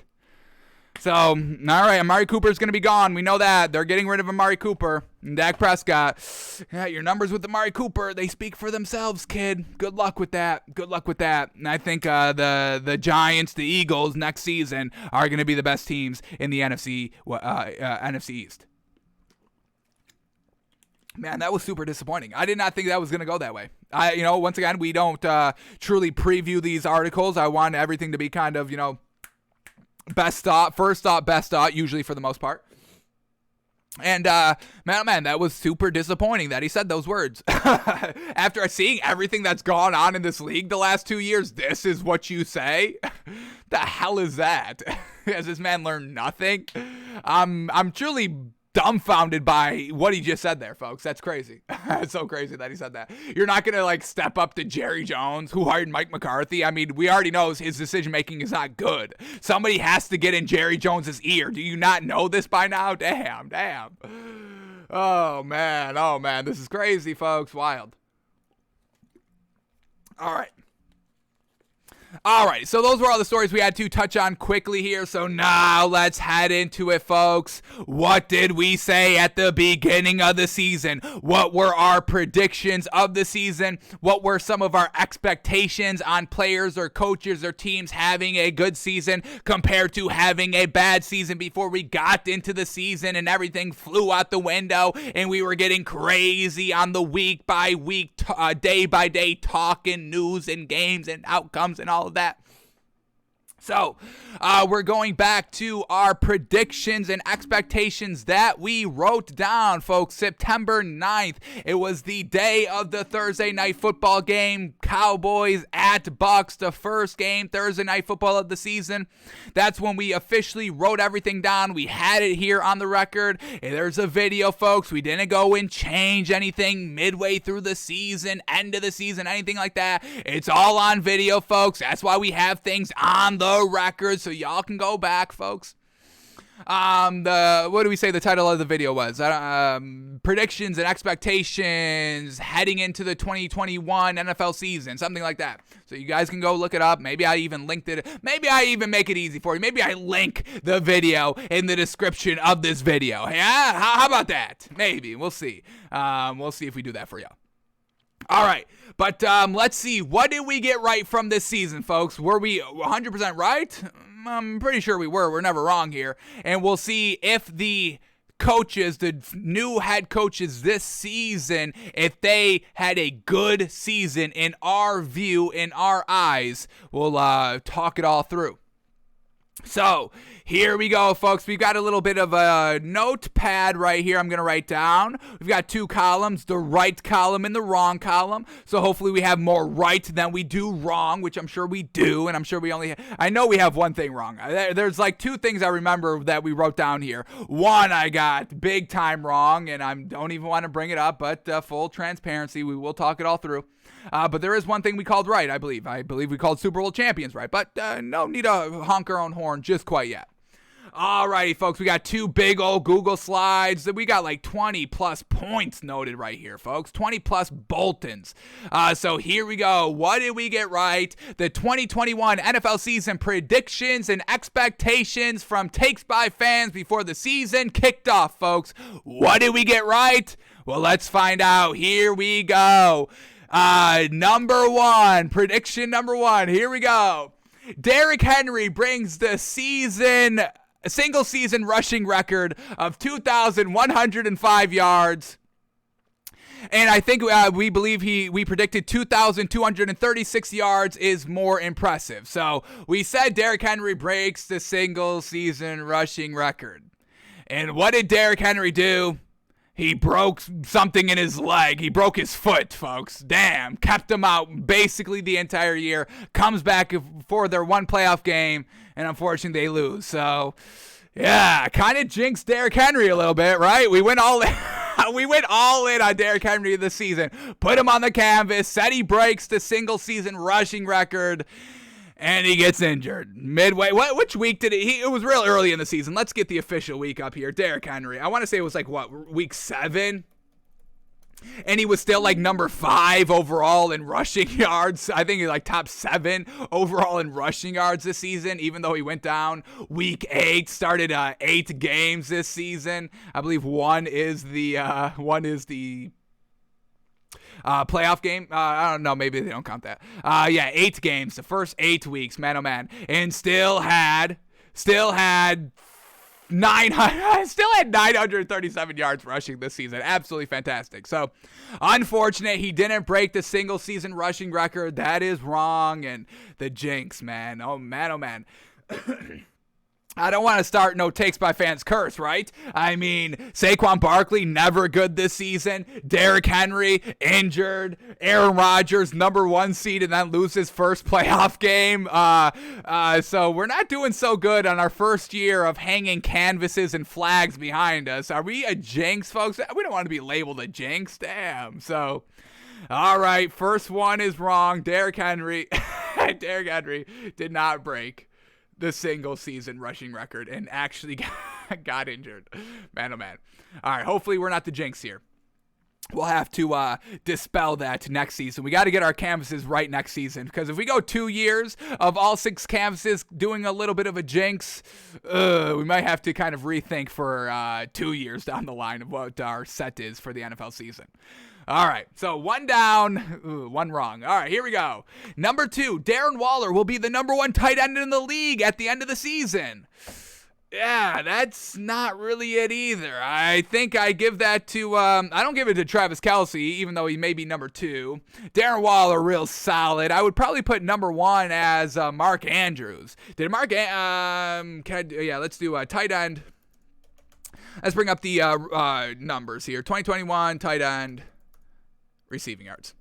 Let's get that up quickly. I know Derek Carr was not number 1. Most receiving yards from the tight ends in 2021. Yeah, Mark Andrews with 1,400, and he was just always open. Huge main focal point to that Ravens offense, and we know why, because they're, more of a not down the field throwing team, the rush, the tight end. So definitely I would say Mark Andrews was the best overall tight end this season. Then we get Travis Kelsey at number 2, 1,100 yards. Kyle Pitts broke 1,000. George Kittle even had 910, and he was a little absent for the back end of the season. They utilized him up front because obviously, but then a little bit figured out, a little exposed, not as dominant in the back end. Then we get Dallas Goddard, number 5, Dalton Schultz, number 6, Rob Gronkowski back at it, 802, broken Frankenstein back, Mike Gesicki, 780 yards, and he floundered in the back end of the season. Then we get Zach Ertz, Noah Fant, and then we get Darren Waller, only 665 yards. Didn't Darren Waller miss? Did he miss a couple of games here this season? Get a little banged up. Let's get that up quickly here. And especially with everything going on in Las Vegas, everybody, committing sin. Yeah, Darren Waller only playing 11 games, so another jinx a little bit here on Darren Waller. No. So Darren Waller was not the number 1 tight end in the league. I would kind of classify Mark Andrews as the best tight end this season and this season alone.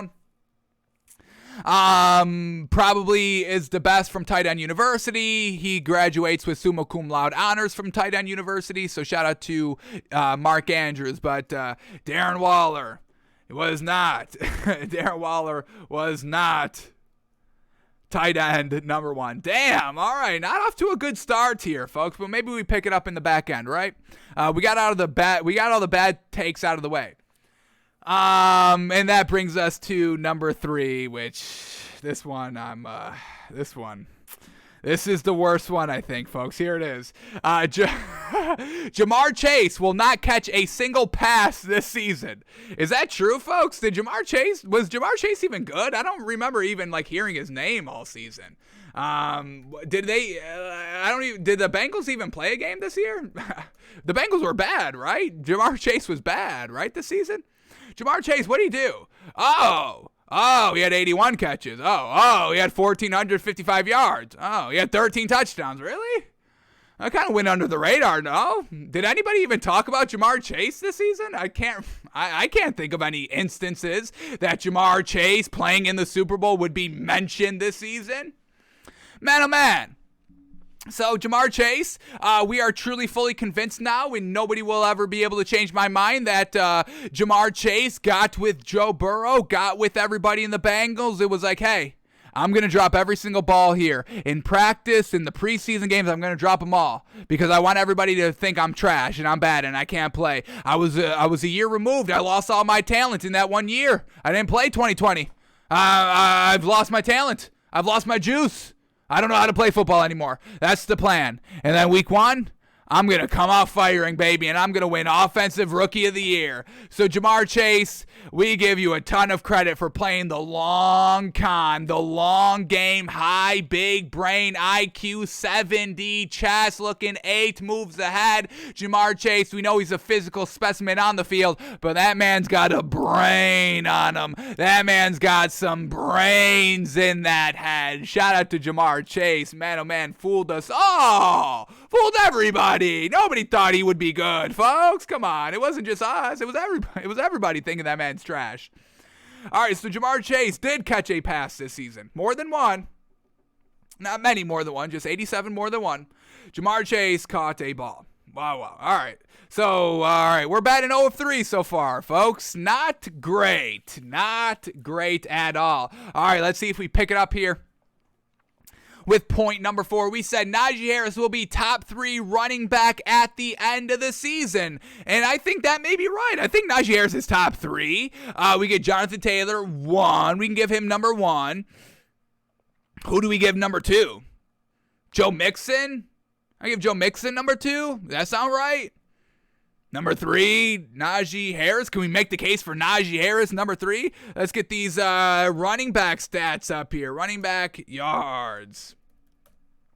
I would like to see both rushing and receiving. Don't want to kind of just don't want to do just rushing. I want rushing and receiving.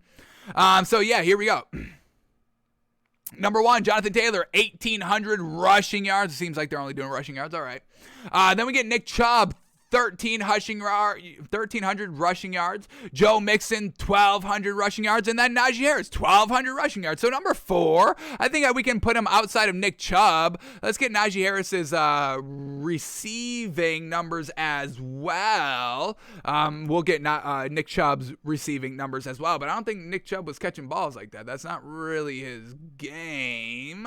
So here we go. Najee Harris, receiving yards. Hopefully, if we have more yards overall than Nick Chubb, we're putting Najee Harris in top 3, and that's going to be our first right one of the season. So 1,200 rushing yards right on the dot, and then 476 receiving yards on top of that for a grand total of 1,667 yards. And we know Joe Mixon catches the ball out of the backfield. We know Jonathan Taylor can catch the ball out of the backfield too as well. So let's get Nick Chubb up here. I know Nick Chubb, he got injured this season as well. I don't think Najee Harris missed any games. Najee Harris missed a game? He played all 17. Fantastic. All right, Nick Chubb, here we go. Let's find out his receiving yards quickly. He had 1,259 rushing yards. Yeah, and then only 174 receiving for a grand total of 1,433. So, yeah, Najee Harris is top 3 running back in this league. And Nick Chubb only played 14 games, so a little bit more per game. But overall, who's out there more consistently? It's, Najee Harris. And who floundered this season? The Browns. The Steelers did as well, but that was because we got Noodle Arm Big Ben exiting. Shouldn't even been playing this season. Big Ben Roethlisberger at the quarterback position. You got Baker Mayfield coming off of his best season, and this Browns team still floundered. So yeah, I'm giving Najee Harris top 3. He's number 3, but we said top 3. So number 3, in my opinion, is top 3. Number 3. So yeah, finally get one right. You see, folks, yeah, we got something right here. Najee Harris. That's right, baby. Top 3. Number 3, but top 3. I know I said I'm top 5, but I'm top 2, and I'm not 2. You know what I mean? But Najee Harris, he's top 3, and he is 3, and he's not 2, and he's not 1. He's top 3. He's number 3. All right, Najee Harris, top 3, number 3.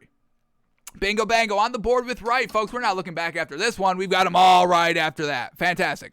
All righty, here we go. Next prediction. We said Colts versus Rams Super Bowl. Colts. Oh, hang on. Colts Rams Super Bowl. Colts winning the Super Bowl. Oh, no. I thought we changed this. I thought week 2 we changed it to Rams winning the Super Bowl. Damn, I know we said it. It's not written on the record, folks. I think it's said on the record, but I wouldn't even be able to bring up that day that we talked about it, that we said that, but damn, we didn't officially change it here. We had the Rams getting to the Super Bowl. We were big believers in the Colts until about week 3 when he got banged up and had to exit the game, and then we were truly off of Carson Wentz for the rest of the year, and thank goodness we were, because man, oh man, so that is wrong. That one is wrong. Damn, we didn't go back to change it. How unfortunate. So we had Rams going to the Super Bowl, and we did change it to Rams winning the Super Bowl at some point early on in the season. But before the season started, we had Colts versus Rams, so we will honor that, what it says here on the list, folks. And Colts not even close to the Super Bowl. Couldn't even Couldn't even get to the playoffs, folks. How absolutely. And now they're thinking about trading Carson Wentz. They are probably going to trade Carson Wentz, and that's so funny. Frank Reich repairing with Carson Wentz. Everybody was buying in. We even bought in, folks. We're not excluding ourselves from that, but everybody buying in. Oh, Frank Reich working with Carson Wentz can get the best out of him. No, no, he couldn't. Carson Wentz is trash. His first 4 seasons were all outliers. His last season with the Eagles that got Doug Peterson fired is the true Carson Wentz. And now we all know that heading into this season. So Colts versus Rams, Super Bowl, Colts winning. Damn. Got half of it right, but picked the wrong winner, and the other team that got there was not even close to getting there. Damn, I thought I was banking high on the Rams winning the Super Bowl was our prediction. Damn. All right. I don't even know. We may strike out for the rest of these. We'll see. Alrighty, next one here. Patrick Mahomes and the Chiefs take a slight step back. Lose first, second playoff game? Oh, we said first, second, and they lost a third. Ooh, so half credit there. Patrick Mahomes and the Chiefs did take a slight step back. I mean, Patrick Mahomes wasn't as great as he was. Floundered at the back end of that Bengals game in the AFC Championship. So I would say we were a little bit right. I would say they took, especially Patrick Mahomes, he took a slight step back. He wasn't that kind of, hey, I'm getting it done in the clutch. I'm flawless in the clutch. I'm making that big time play when it's needed. He couldn't get it going in the back end, second half, third quarter, fourth quarter of that AFC Championship game against the Bengals. They only put up 3 points in that game, so in the second half. So I would say half credit. Well, I'll give ourselves half credit. Small step back. But small step back, Chiefs. Write these down here. Small steps back for the Chiefs. That's the right. But then also on the wrong, first, second playoff game lost. They lost third. So that one was wrong. We didn't call that to a T, but there's some hint of truth in there. Like a little bit of hint of truth of the Rams getting to the Super Bowl. We called NFC, so maybe we should give ourselves a little bit of credit for that one as well. But we'll see. Here we go. Keep going on here. Next time. Father Time's...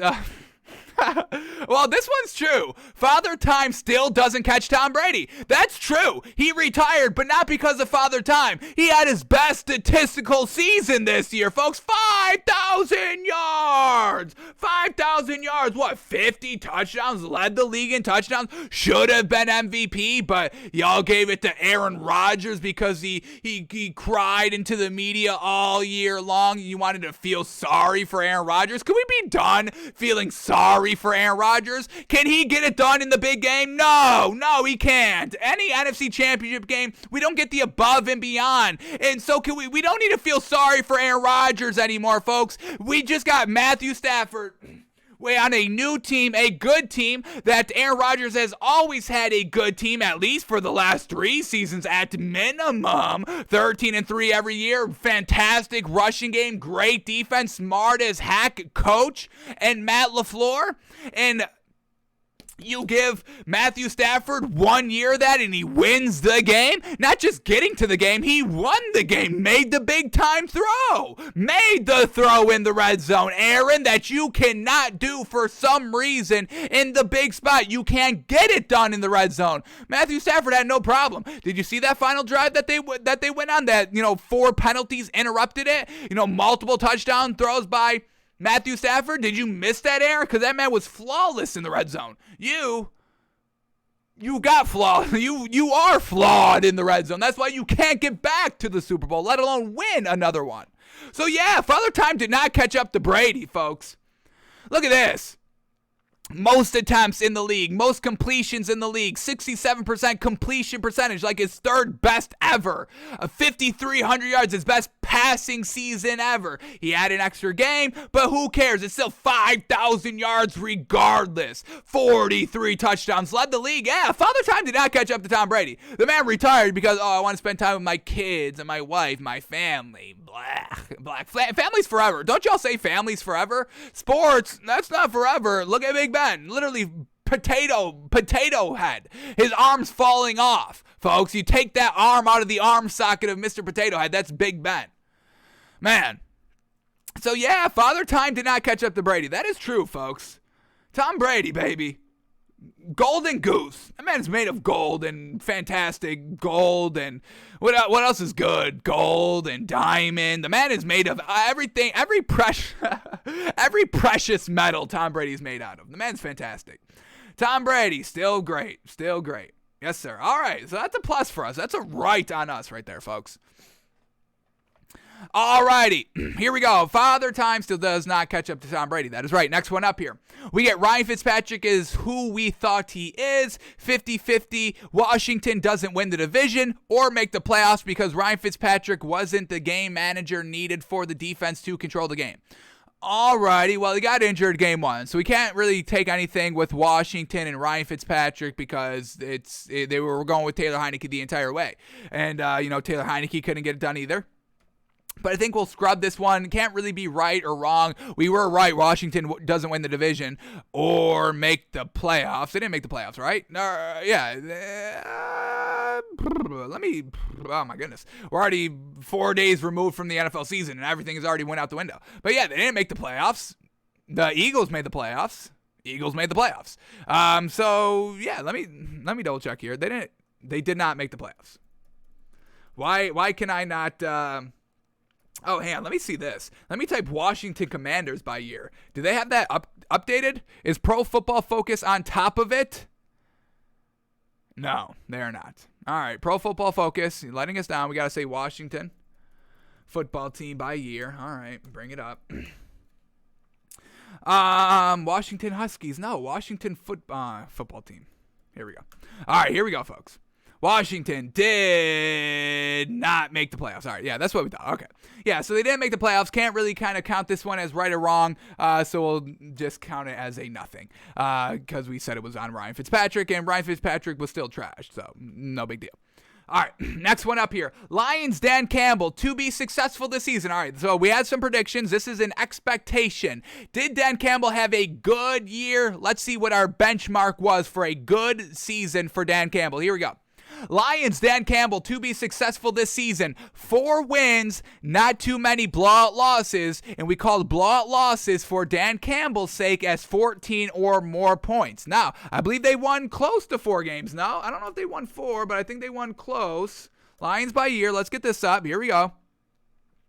Lions 3-13-1 though. 3-13-1. I think we can count the tie as a little bit of a win over there. So they have their 4+ wins. I'm going to give them credit for their 4+ wins there. I'm going to give them credit for that. And now, did they get blown out? What was our blowout? Not too many blowout losses, and we count those at 14+ points. So we don't want too many. Let's see how many we have, and then we'll classify whether that's too many or not. So we're looking for 14 point or more losses here. They lose to the 49ers by 8. Nope. They lose to the Packers by more than 14. That's 17. That's 18 points. So, yeah, lose to the Packers, get blown out. Lose to the Ravens by 2. Lose to the Bears by 10. Lose to the Vikings by 2. Lose to the Bengals, who got to the Super Bowl, by 23 points. That's more than 14.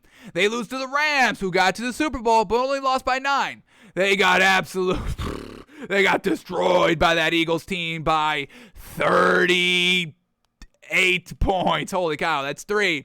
They tie the Steelers 16-16. They lose to the Browns by 3. They lose to the Bears by 2. They lose to the Broncos by 28. That's 4. They lose to the Falcons by 4. They get blown out by the Seahawks by 22.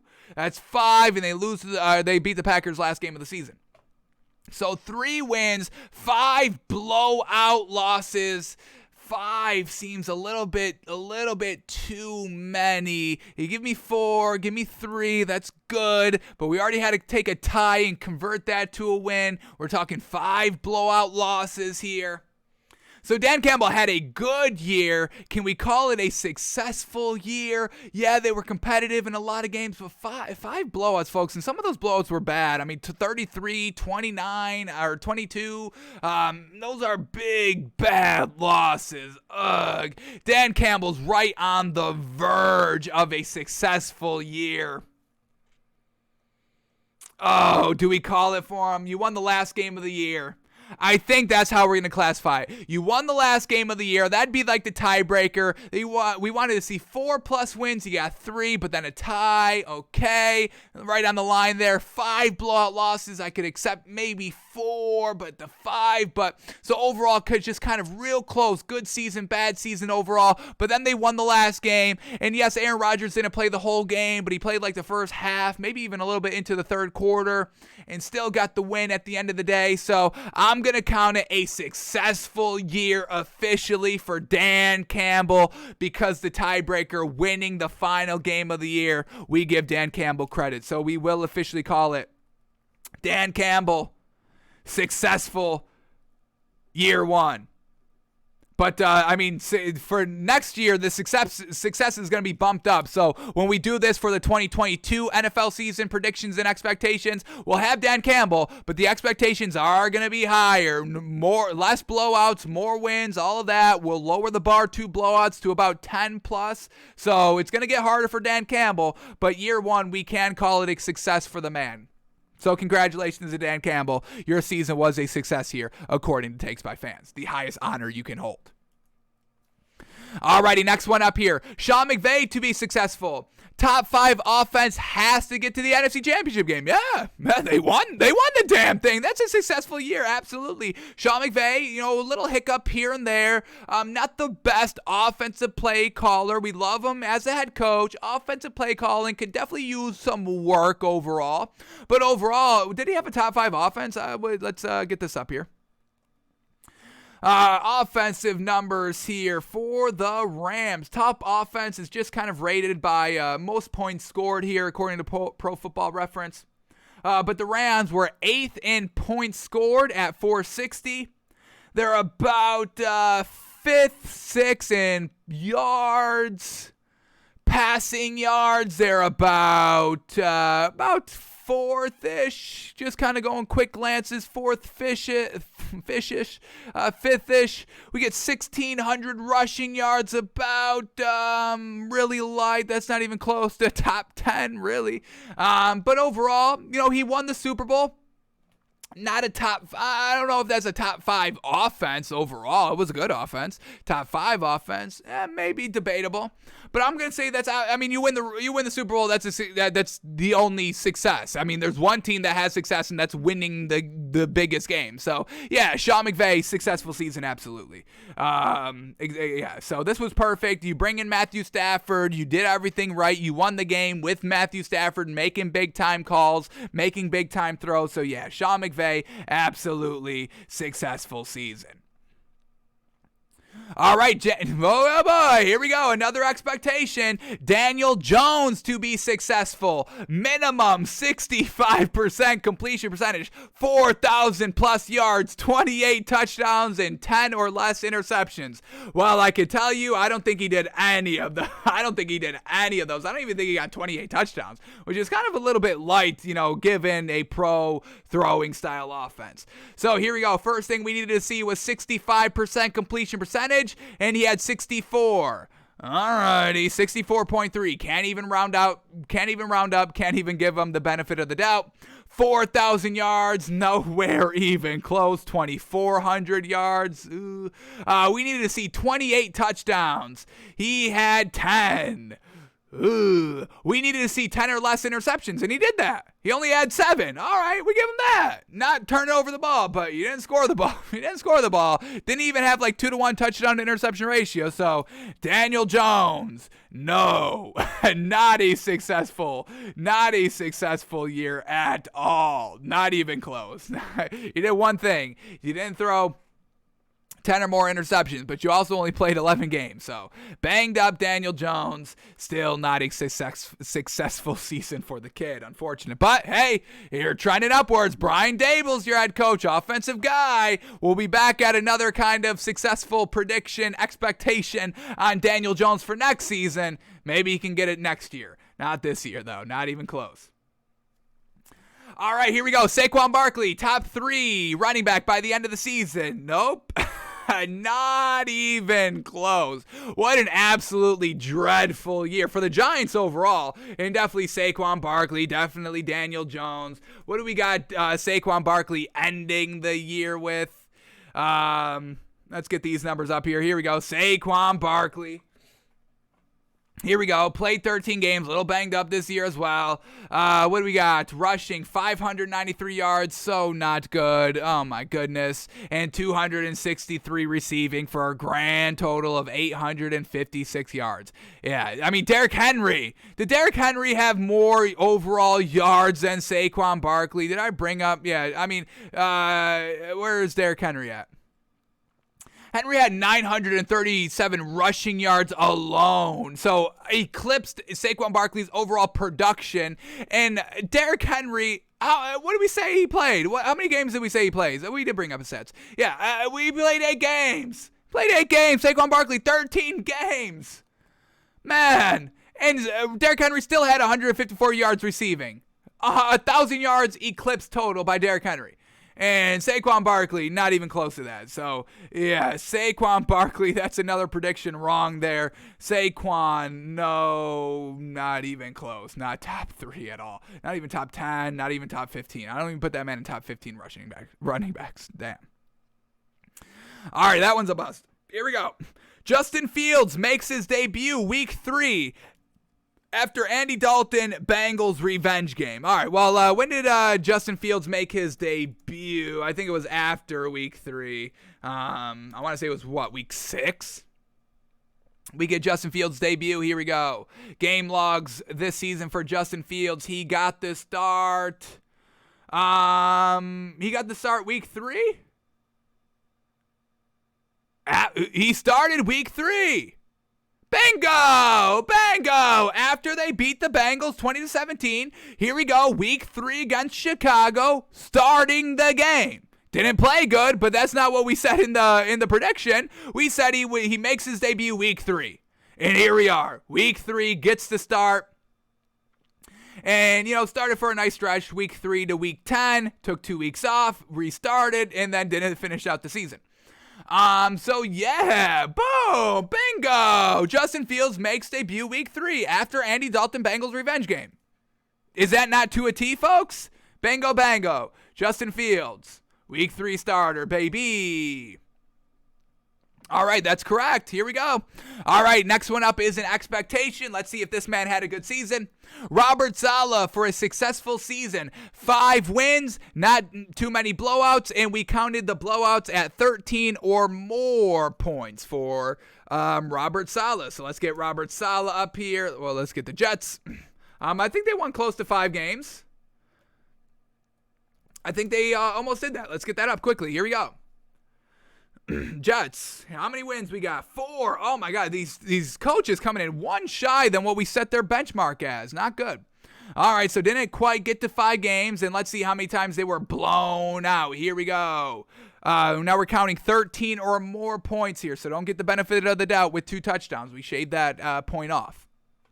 So here we go. Against the Panthers, they lose by 5. Against the Patriots, they lose by 19. That's 1. Against the Broncos, they lose by 26. Didn't even put up any points there. Against the Falcons, they lose by 7. Against the Patriots, they lose by 41 points. Oh my gosh.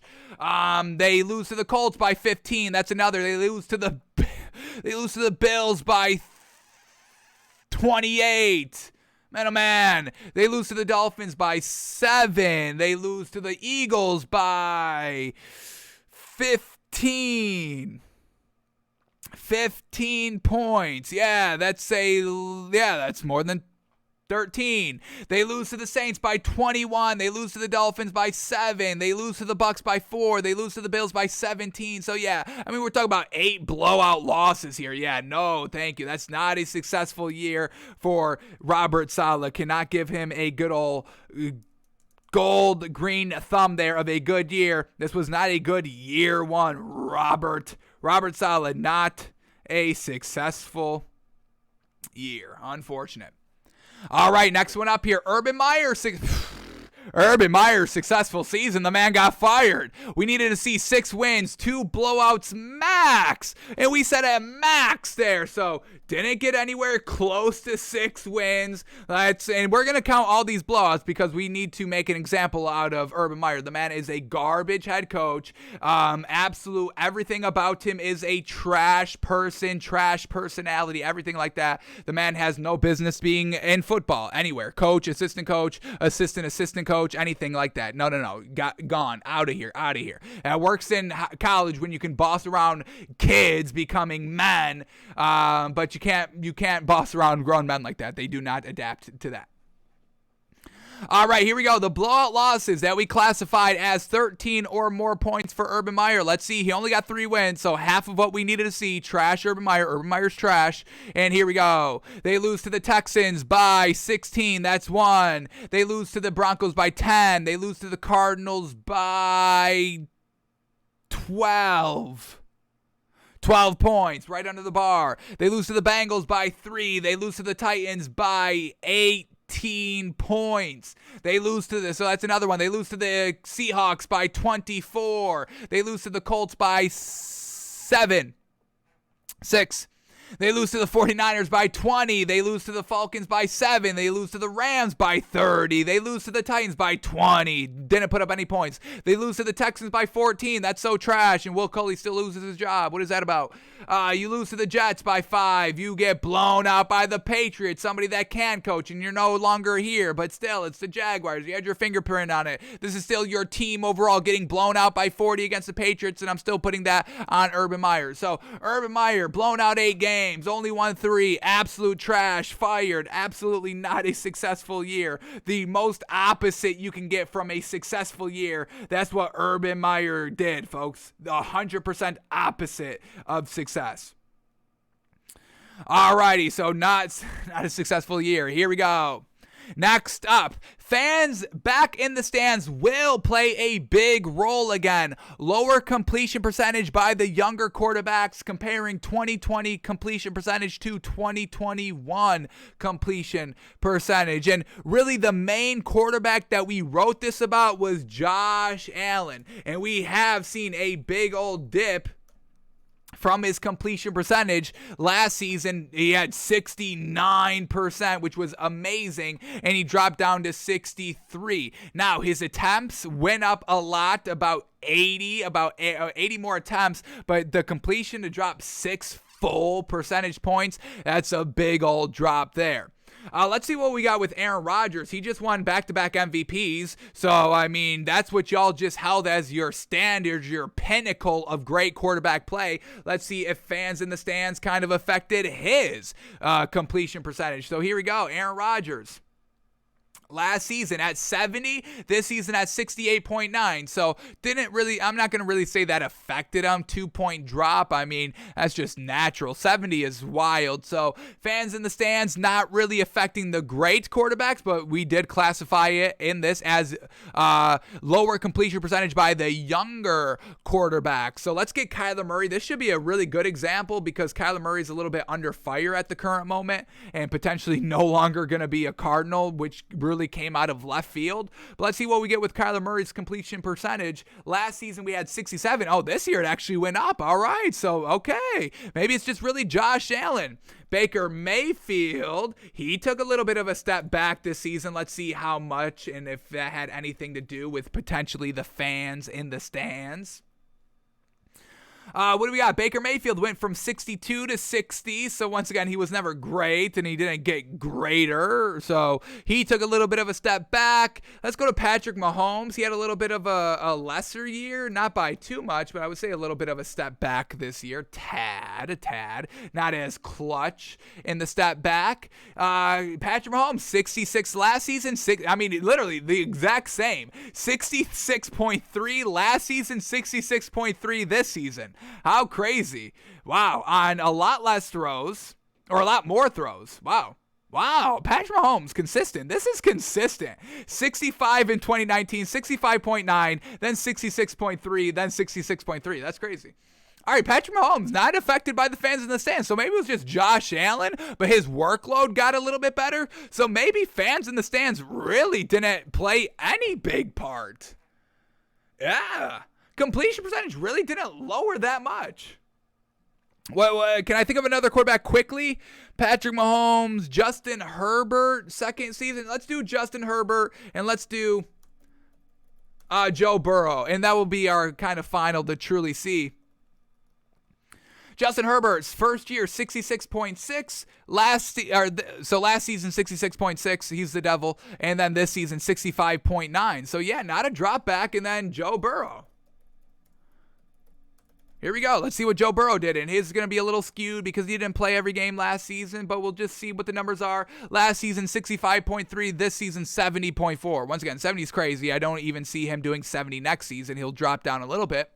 But yeah, I don't think fans in the stands played that much of an overall impact. Josh Allen's the biggest decrease, but I mean, his overall offensive production increased. What they asked from him, running and passing and passing and passing and passing and passing. They only passed the season. So yeah, I would say this is a little bunk. Fans back in the stands really didn't play that big of a role. Lower completion percentage by the younger quarterbacks comparing 2020 to 2021. Now, they didn't raise any. We didn't really see any quarterback go up, but they didn't go down. It kind of stayed the same or just natural, degrading because, you were good last season. You're going to get kind of a little bit exposed, a little decrease. So I don't think the fans in the stands played that much of a part in overall completion percentage. Interesting. All right. Next one up, Jalen Waddle will be the best receiver after year of his draft, and that is not it. Jamar Chase, obviously the best one. Jalen Waddle was definitely like number 2. I could see Jalen Waddle number 2, then like Devontae Smith number 3, but Jalen Waddle was not the best receiver of his draft class. I give that to Jamar Chase, absolutely. Oh boy, here's this next one. Joe Burrow is going to look the least impressive after year 2 from his draft. Well, he just got to the Super Bowl, had 70% completion percentage, better than Justin Herbert, threw 34 touchdowns, everything really better than Justin Herbert.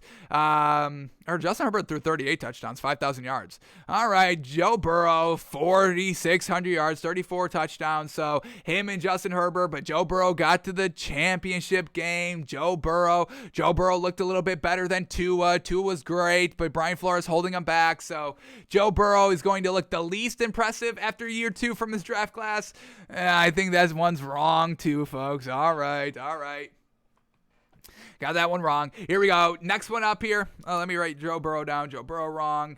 Jalen Waddle wrong. Damn. All right. No big deal. We'll get it back, though. Still a lot more to go.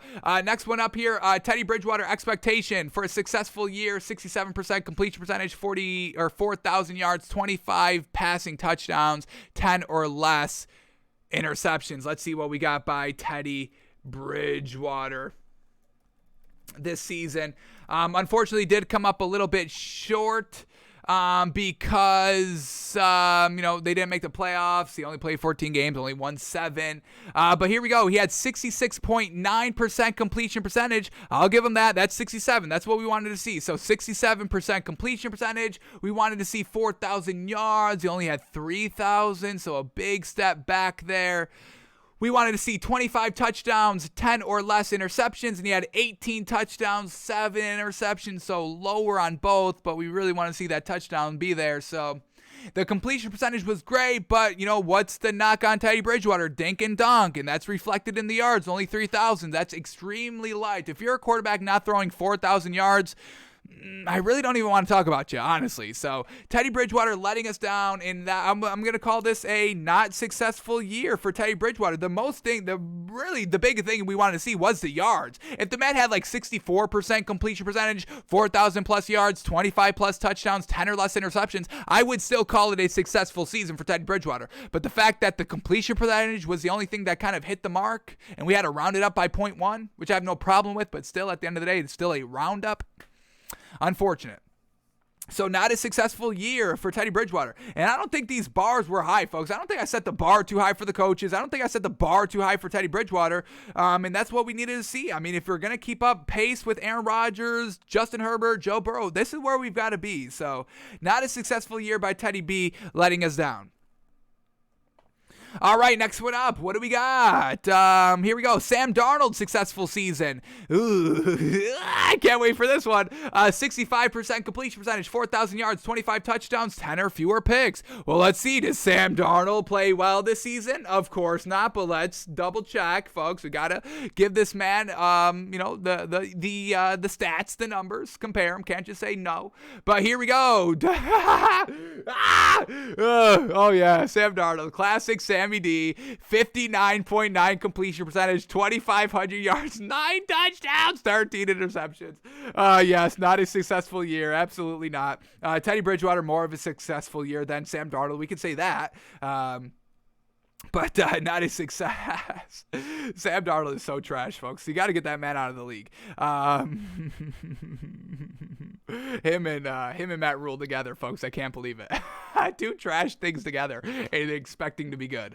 How comical is that? That's classic comedy. That's the pinnacle of comedy. You break down comedy to a science and you see Sam Darnold paired with Matt Rule. And you're like, oh, that's what comedy is. I understand humor. I understand comedy. I understand jokes. Looking at Sam Darnold and Matt Rule together. Woof. Can't wait for it this season, yeah? All right, here we go. Talking about Sam Darnold's success, let's talk about Matt Rule's success. Did Matt Rule have a successful season? Of course not, but let's see. Our bar was 9 or more wins, 2 blowouts max of 10 or more points. Well, did this Panthers team have 9 wins? Of course not. They had 5. 5 wins. All right, here we go. Let's see how many times they got blown out, and we did blowouts at 10 or more points, and that's kind of standard blowout, folks. We went to 13-14 for the first-year coaches. Matt Rule, no kind of, no net on more points in blowouts. We do the standard 10. 10 points is a blowout in the NFL, folks. So here we go. Won his first 3 games because everybody was new. You beat the early Jets. You beat the early Saints. You beat the early Texans. Congratulations, Matt Rule. You freaking bum. Jeez. All right, here we go. The Eagle, our first loss against the Cowboys. They lose by 8. They lose against the Eagles by 3. They lose to the Vikings in overtime by 6. They lose to the Giants by 22. That's awful. They lose to the Patriots by 18. They lose to the Washington football team by 6. They lose to the Dolphins by 23. They lose to the Falcons by 8. They lose to the Bills by 17. They lose to the Bucks by 26. They lose to the Saints by 8, and they lose to the Bucks the last game of the season. Well done, Matt Rule, of bringing it home last game, talking everybody up because you got absolutely obliterated by 34 points. You bum. 24 points. 34? No, 24. All right, yeah, 34 points, whatever it is. That's 6 blowout losses. Matt Rule, of course not. Of course did not have a successful season. Yes, somehow this man is getting another chance in firing everybody, firing everybody to make himself look better. All right, Matt Rule. All right, you better, you don't even want to watch it. Matt Rule, don't watch the show anymore because when we do the same exact thing next season, for you to have a successful year, it's going to be like 10 plus wins and like 1 blowout of like more than 7 points. So this is what you did to yourself. I mean, we're talking about year 3 with Matt Rule, year 4, year 3, whatever it is, he's trash. And there's no infrastructure in place. There's no offense identity in place. Not a successful year for Matt Rule, trash. All right, well, here we go. Next prediction up. Dan Quinn's defense is atrocious. Bottom 25. No, we've been very impressed with Dan Quinn's defense this season. We'll see if it holds up. But yeah, the defense was making play. He was coaching up the young guys. They were looking fantastic. We gave him a nickname. We were so impressed with this Cowboys defense. Called them the Walk of Fame defense. So yeah, that one definitely missed the mark. Dan Quinn's defense was fantastic, not atrocious. All right, Dan Quinn here. Let's get this up. Dan Quinn, that was wrong. Wrong on Dan Quinn. All right. Aaron Rodgers will throw his most interceptions this season, more than 13, because we said this would be his fuck it season and let it fly, and that was not it. He did not do that. Aaron Rodgers was once again doing his thing of what he does all season long, not throwing the interceptions. Not throwing the interceptions, throwing the ball away, not risking it for the biscuit. And once again, what happened? He loses first playoff game. Only had 4 interceptions this season. Was not his fucking season. Did not let it fly. Didn't have 5,000 yards. Didn't have 50 touchdowns or anything like that. So Aaron Rodgers was still same old Aaron Rodgers, and we got the same old result as Aaron Rodgers. We wanted to see his fucking year. Let it fly. Throw 20 interceptions. Let's see what that looks like. Can we get a year where Aaron Rodgers throws 20 interceptions? Because that's got to be a fantastic year. No, that would be like 6,000 yards and 70 touchdowns if he threw 20 interceptions. But we don't get that. Would that win the Super Bowl? Would Aaron Rodgers throwing 6,000 yards win the Super Bowl? Yeah, most likely, but we don't get that by him. And I was kind of hoping that we got that by Aaron Rodgers, his fucking season. The last year in Green Bay, which is looking like it's not going to be the case anymore, but heading into this season, that was kind of the case. But Aaron Rodgers defaulting back to Aaron Rodgers, 13-3, great year overall, wins MVP, and then can't even beat the 49ers in their first playoff game. All right, Aaron Rodgers, keep playing conservative. Keep playing conservative. Your fans still love you and still come to your defense. I got chewed out yesterday because I went against the Aaron Rodgers narrative. Oh well. So Aaron Rodgers, disappointed in you, and but you won MVP, right? Clown. That's such clownery right there. All right, next one. Jameis Winston, interception bar to call it a successful season. We call it 15 or less. We know Jameis Winston got knocked out of the season early. Couldn't really, ball out. So let's see how many games he played. Didn't have 15 interceptions, which is great, but also played 5 games. Jameis Winston, 7 games and only had 3 interceptions. So that's great. 14-3 in 7 games. Absolutely fantastic 5-2 record. So it is a success there. We can't call it a success, but we didn't get the full 17-game experience. So still a little bit of the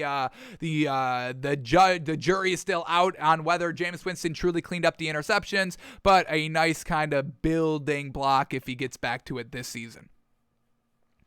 All righty, here we go. Arthur Smith must make the most out of Mike Davis, running back, because that's who he chose. Had Le'Veon Bell, other free agent running backs, and he passed. So he chose Mike Davis. Had the opportunity to go out and get a big name running back. He came from Derrick Henry with the Titans when he was the offensive coordinator, now the head coach of the Falcons, and he said, no, I'm cool with Mike Davis here. Like with Vic Fangio saying, yeah, I'm cool with Teddy Bridgewater, I'm cool with Drew Lock. And how did that play out? Probably should have tried to make a little bit of a bigger splash in the quarterback market. So here we go. Mike Davis. Was this a right call by Arthur Smith? No, because I think Cordell Patterson had more rushing yards than Mike Davis did. Mike Davis, 503 rushing yards. He doesn't really catch the ball out of the backfield. He had 259 yards. That's pretty respectable. I'll give him credit for that. 762 yards overall. What did Cordell Patterson have? Just quickly up here. Cordell Patterson, and they made him work, and he did pretty good. I think this was his best season overall. 618 rushing yards, so that was great. More rushing yards than Mike Davis, and receiving yards 548. So overall, yeah, best season ever. 1,100 yards, fantastic. Mike Davis, Arthur Smith made Cordell Patterson work, so I guess we can give Arthur Smith a little bit of credit on that. But overall, you need a running back. You need your main man. Cordell Patterson is still a gadget guy. You still need a main workhorse running back, and that's not Cordell Patterson. It's not Mike Davis either. So Arthur Smith gets a little credit for the Cordell Patterson use, no credit for going and sticking with Mike Davis. All right, last one's up here. Here we go. Nick Sirianni, successful season, 4+ wins. Or 5+ wins, 4 or less blowouts of 10 or more points. Now, this Eagles team, they got to the playoffs, so they got the wins there, absolutely. Now let's see what we got by these blowouts. Was this an overall successful year by Nick Sirianni? We can say yes because he got to the Super Bowl. He got to the playoffs, so that's definitely a big old plus there. Let's quickly see how many times he's got blown out, and we did the blowouts at 10 or more points. So here we go. Blowout losses. Here we go. Against the 49ers, they lose by 6. Against the Cowboys, they lose by 20. Against the Chiefs, they lose by 12. That's 2 so far. Against the Bucs, they lose by 6. Against the Raiders, they lose by 11. Against the Chargers, they lose by 3. Against the Giants, they lose by 6. And against the Cowboys, the final game of the season, they lose by 25 points. So that is 4 blowout losses right there. So yeah, Nick Sirianni's successful season. We wanted to see 5 or more wins and a max of 4 blowouts of 10 or more. And some of those blowouts, if we bumped it up to 14, it wouldn't even be a blowout. So yeah, Nick Sirianni, very well done. Makes the playoffs, doesn't get blown out that much. Kept every game, for the most part, in check. So Nick Sirianni, successful season. Very well done, kid. Didn't give him that much credit heading into the season, but he made the playoffs. Got to give him credit. Matt Nagy, successful season. He said we need to win a playoff game. Well, nope, didn't make it to the playoffs. Matt Nagy, another womp. And he gets fired, truly deserved. So yes, Matt Nagy, unsuccessful season. Here we go, final 3. Josh Allen, minuscule foot adjustment. So yeah, this is what we said. We didn't think Josh Allen would take a full step back. We classified it as a minuscule foot adjustment, not a step back. A minuscule foot adjustment from Josh Allen. I got his stats up. Yep, here we go. And once again, the big thing was just completion percentage coming back. But he threw about 70 more times. Now, yards did go down, throwing 70 more times. But his rushing numbers, did those go up? Those have to go up. If those did not go up, he had 300 more rushing yards. So 70 more passing attempts, but 100 less yards, 300 more rushing yards, 1 less touchdown, 5 more interceptions. So I think this is more than a minuscule step back, honestly. Yeah, I would say Josh Allen, that is a little bit of a step back. That's not a minuscule foot adjustment. That is a little bit of a step back there. So, alrighty, Josh Allen, didn't get to an AFC Championship game, but still faced the Chiefs and still played well. But overall, that was a step back. And that's just, how much he overperformed last season with no fans in the stands. So maybe Josh Allen is the only one that doesn't really need or doesn't like playing with the fans in the stands, because we saw a drastic step back by the man.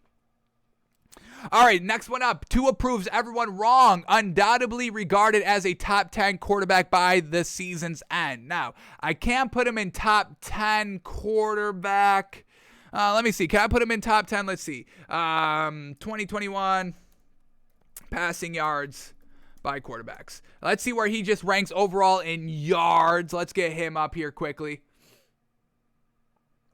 Here we go. Where did he rank just in yards alone? I believe, this is where they order it, by yards. Tua was number 27. He only had 2,600. Wow. All right, 2,600 passing yards. Very, very light there, so definitely cannot put him in top 10. But the accuracy, and once again, his head coach didn't want him, and the owner was actively paying the head coach, so can't really get a firm grasp on it. Overall, just, black and white, right or wrong, this is wrong. But when you look into it, we can kind of see why it was wrong. But yeah, Tua was not a top 10 quarterback. He was still accurate, so that was great. Still should be proving everybody wrong. That really should be the case at the moment, but not a top 10. We can't go that high. And then our last one, here it is, folks, the end. Here it is. John Gruden, successful season, win a playoff game. Womp womp, and he gets fired. So John Gruden, we know, not a good coach, out of the league, thank goodness. Not a successful season. They got to the playoffs, but with Rich Bisaccia instead, and for that we love it. But John Gruden was not having this team right or ready, or being able to kind of keep everybody focused on the task at hand, a la everybody kind of doing really bad things there in Las Vegas. So John Gruden, an unsuccessful season. Alrighty, so we got a lot more wrong than I thought we would. Yeah, so, alright, our overall predictions did miss the mark a little bit. Did miss the mark. I'm still taking credit for Rams winning the Super Bowl. I think we called that early enough in the year where we can kind of put that as an official prediction. So, Rams winning the Super Bowl, we are still taking credit for that. I don't care what y'all say. Everything else, yes, we were wrong. That's fine. Alright. So, coaches not meeting our bar. We had Dan Campbell. We call that a successful season. Sean McVay, a successful year. Daniel Jones, Robert Saleh, Urban Meyer, Teddy Bridgewater, Sam Darnold. Matt Nagy, not a successful year. Also, shout out to Nick Sirianni. He did have a successful year. Alrighty, so that is the little bit of a bow on the 2021 season. We've seen the winner. We've seen who won the Super Bowl. We've checked all of our predictions and expectations, who rose to the occasion, who did not. So 2021 season is kind of in the books. But for the next couple of days here, we are going to be writing on paper so we don't get lost in the off-season shuffle and the revisionist history. We are going to go team by team, just write our final thoughts, what happened in the season, good year, bad year, all that, who was good, who was bad on the team. We'll write all that down so we don't get lost with everything that comes out in the off-season and 7 months removed and be like, oh, the Panthers were good, weren't they? Yeah, the Panthers were good. Remember, they won their first 3 games. Yeah, they were good that season. No, we're not going to get fooled by that. No, the Panthers were trash right from the get-go. Still trash team. So write our final thoughts down on every single team moving forward. Then we will get into the NFL draft after that, the draft prospects, shooting us right into the USFL, the offseason still at the NFL and all that. So we are still talking NFL here, but the 2021 season beginning to have a little bit of a bow on it. Great year, all that, great season. Alrighty, folks, that's going to do it for us today. Thanks for tuning in. Thanks for watching. Thanks for listening. We're back live tomorrow, noon Eastern, where we start to write down our final thoughts on every single team. We'll do a little bit more into the NBA as well. We're at the All-Star break, so we can start. We'll have our official power rankings. We'll walk through the playoff scenarios as they are right now to see who we believe would be the championship if the season ended today. So we'll walk all through that. We've got a week during the All-Star break, so we've got some time in the NBA. So we'll officially start to transition to a focal point of the NBA season, truly getting into it in the back end of the season when everything truly matters in the NBA season. So we'll start to kind of kick off our official big-time NBA season. Alrighty, folks, that's going to do it for us. Thanks for tuning in. Thanks for watching. Thanks for listening. And hopefully we see you tomorrow because we will be here. Alrighty, folks, have an absolute great one.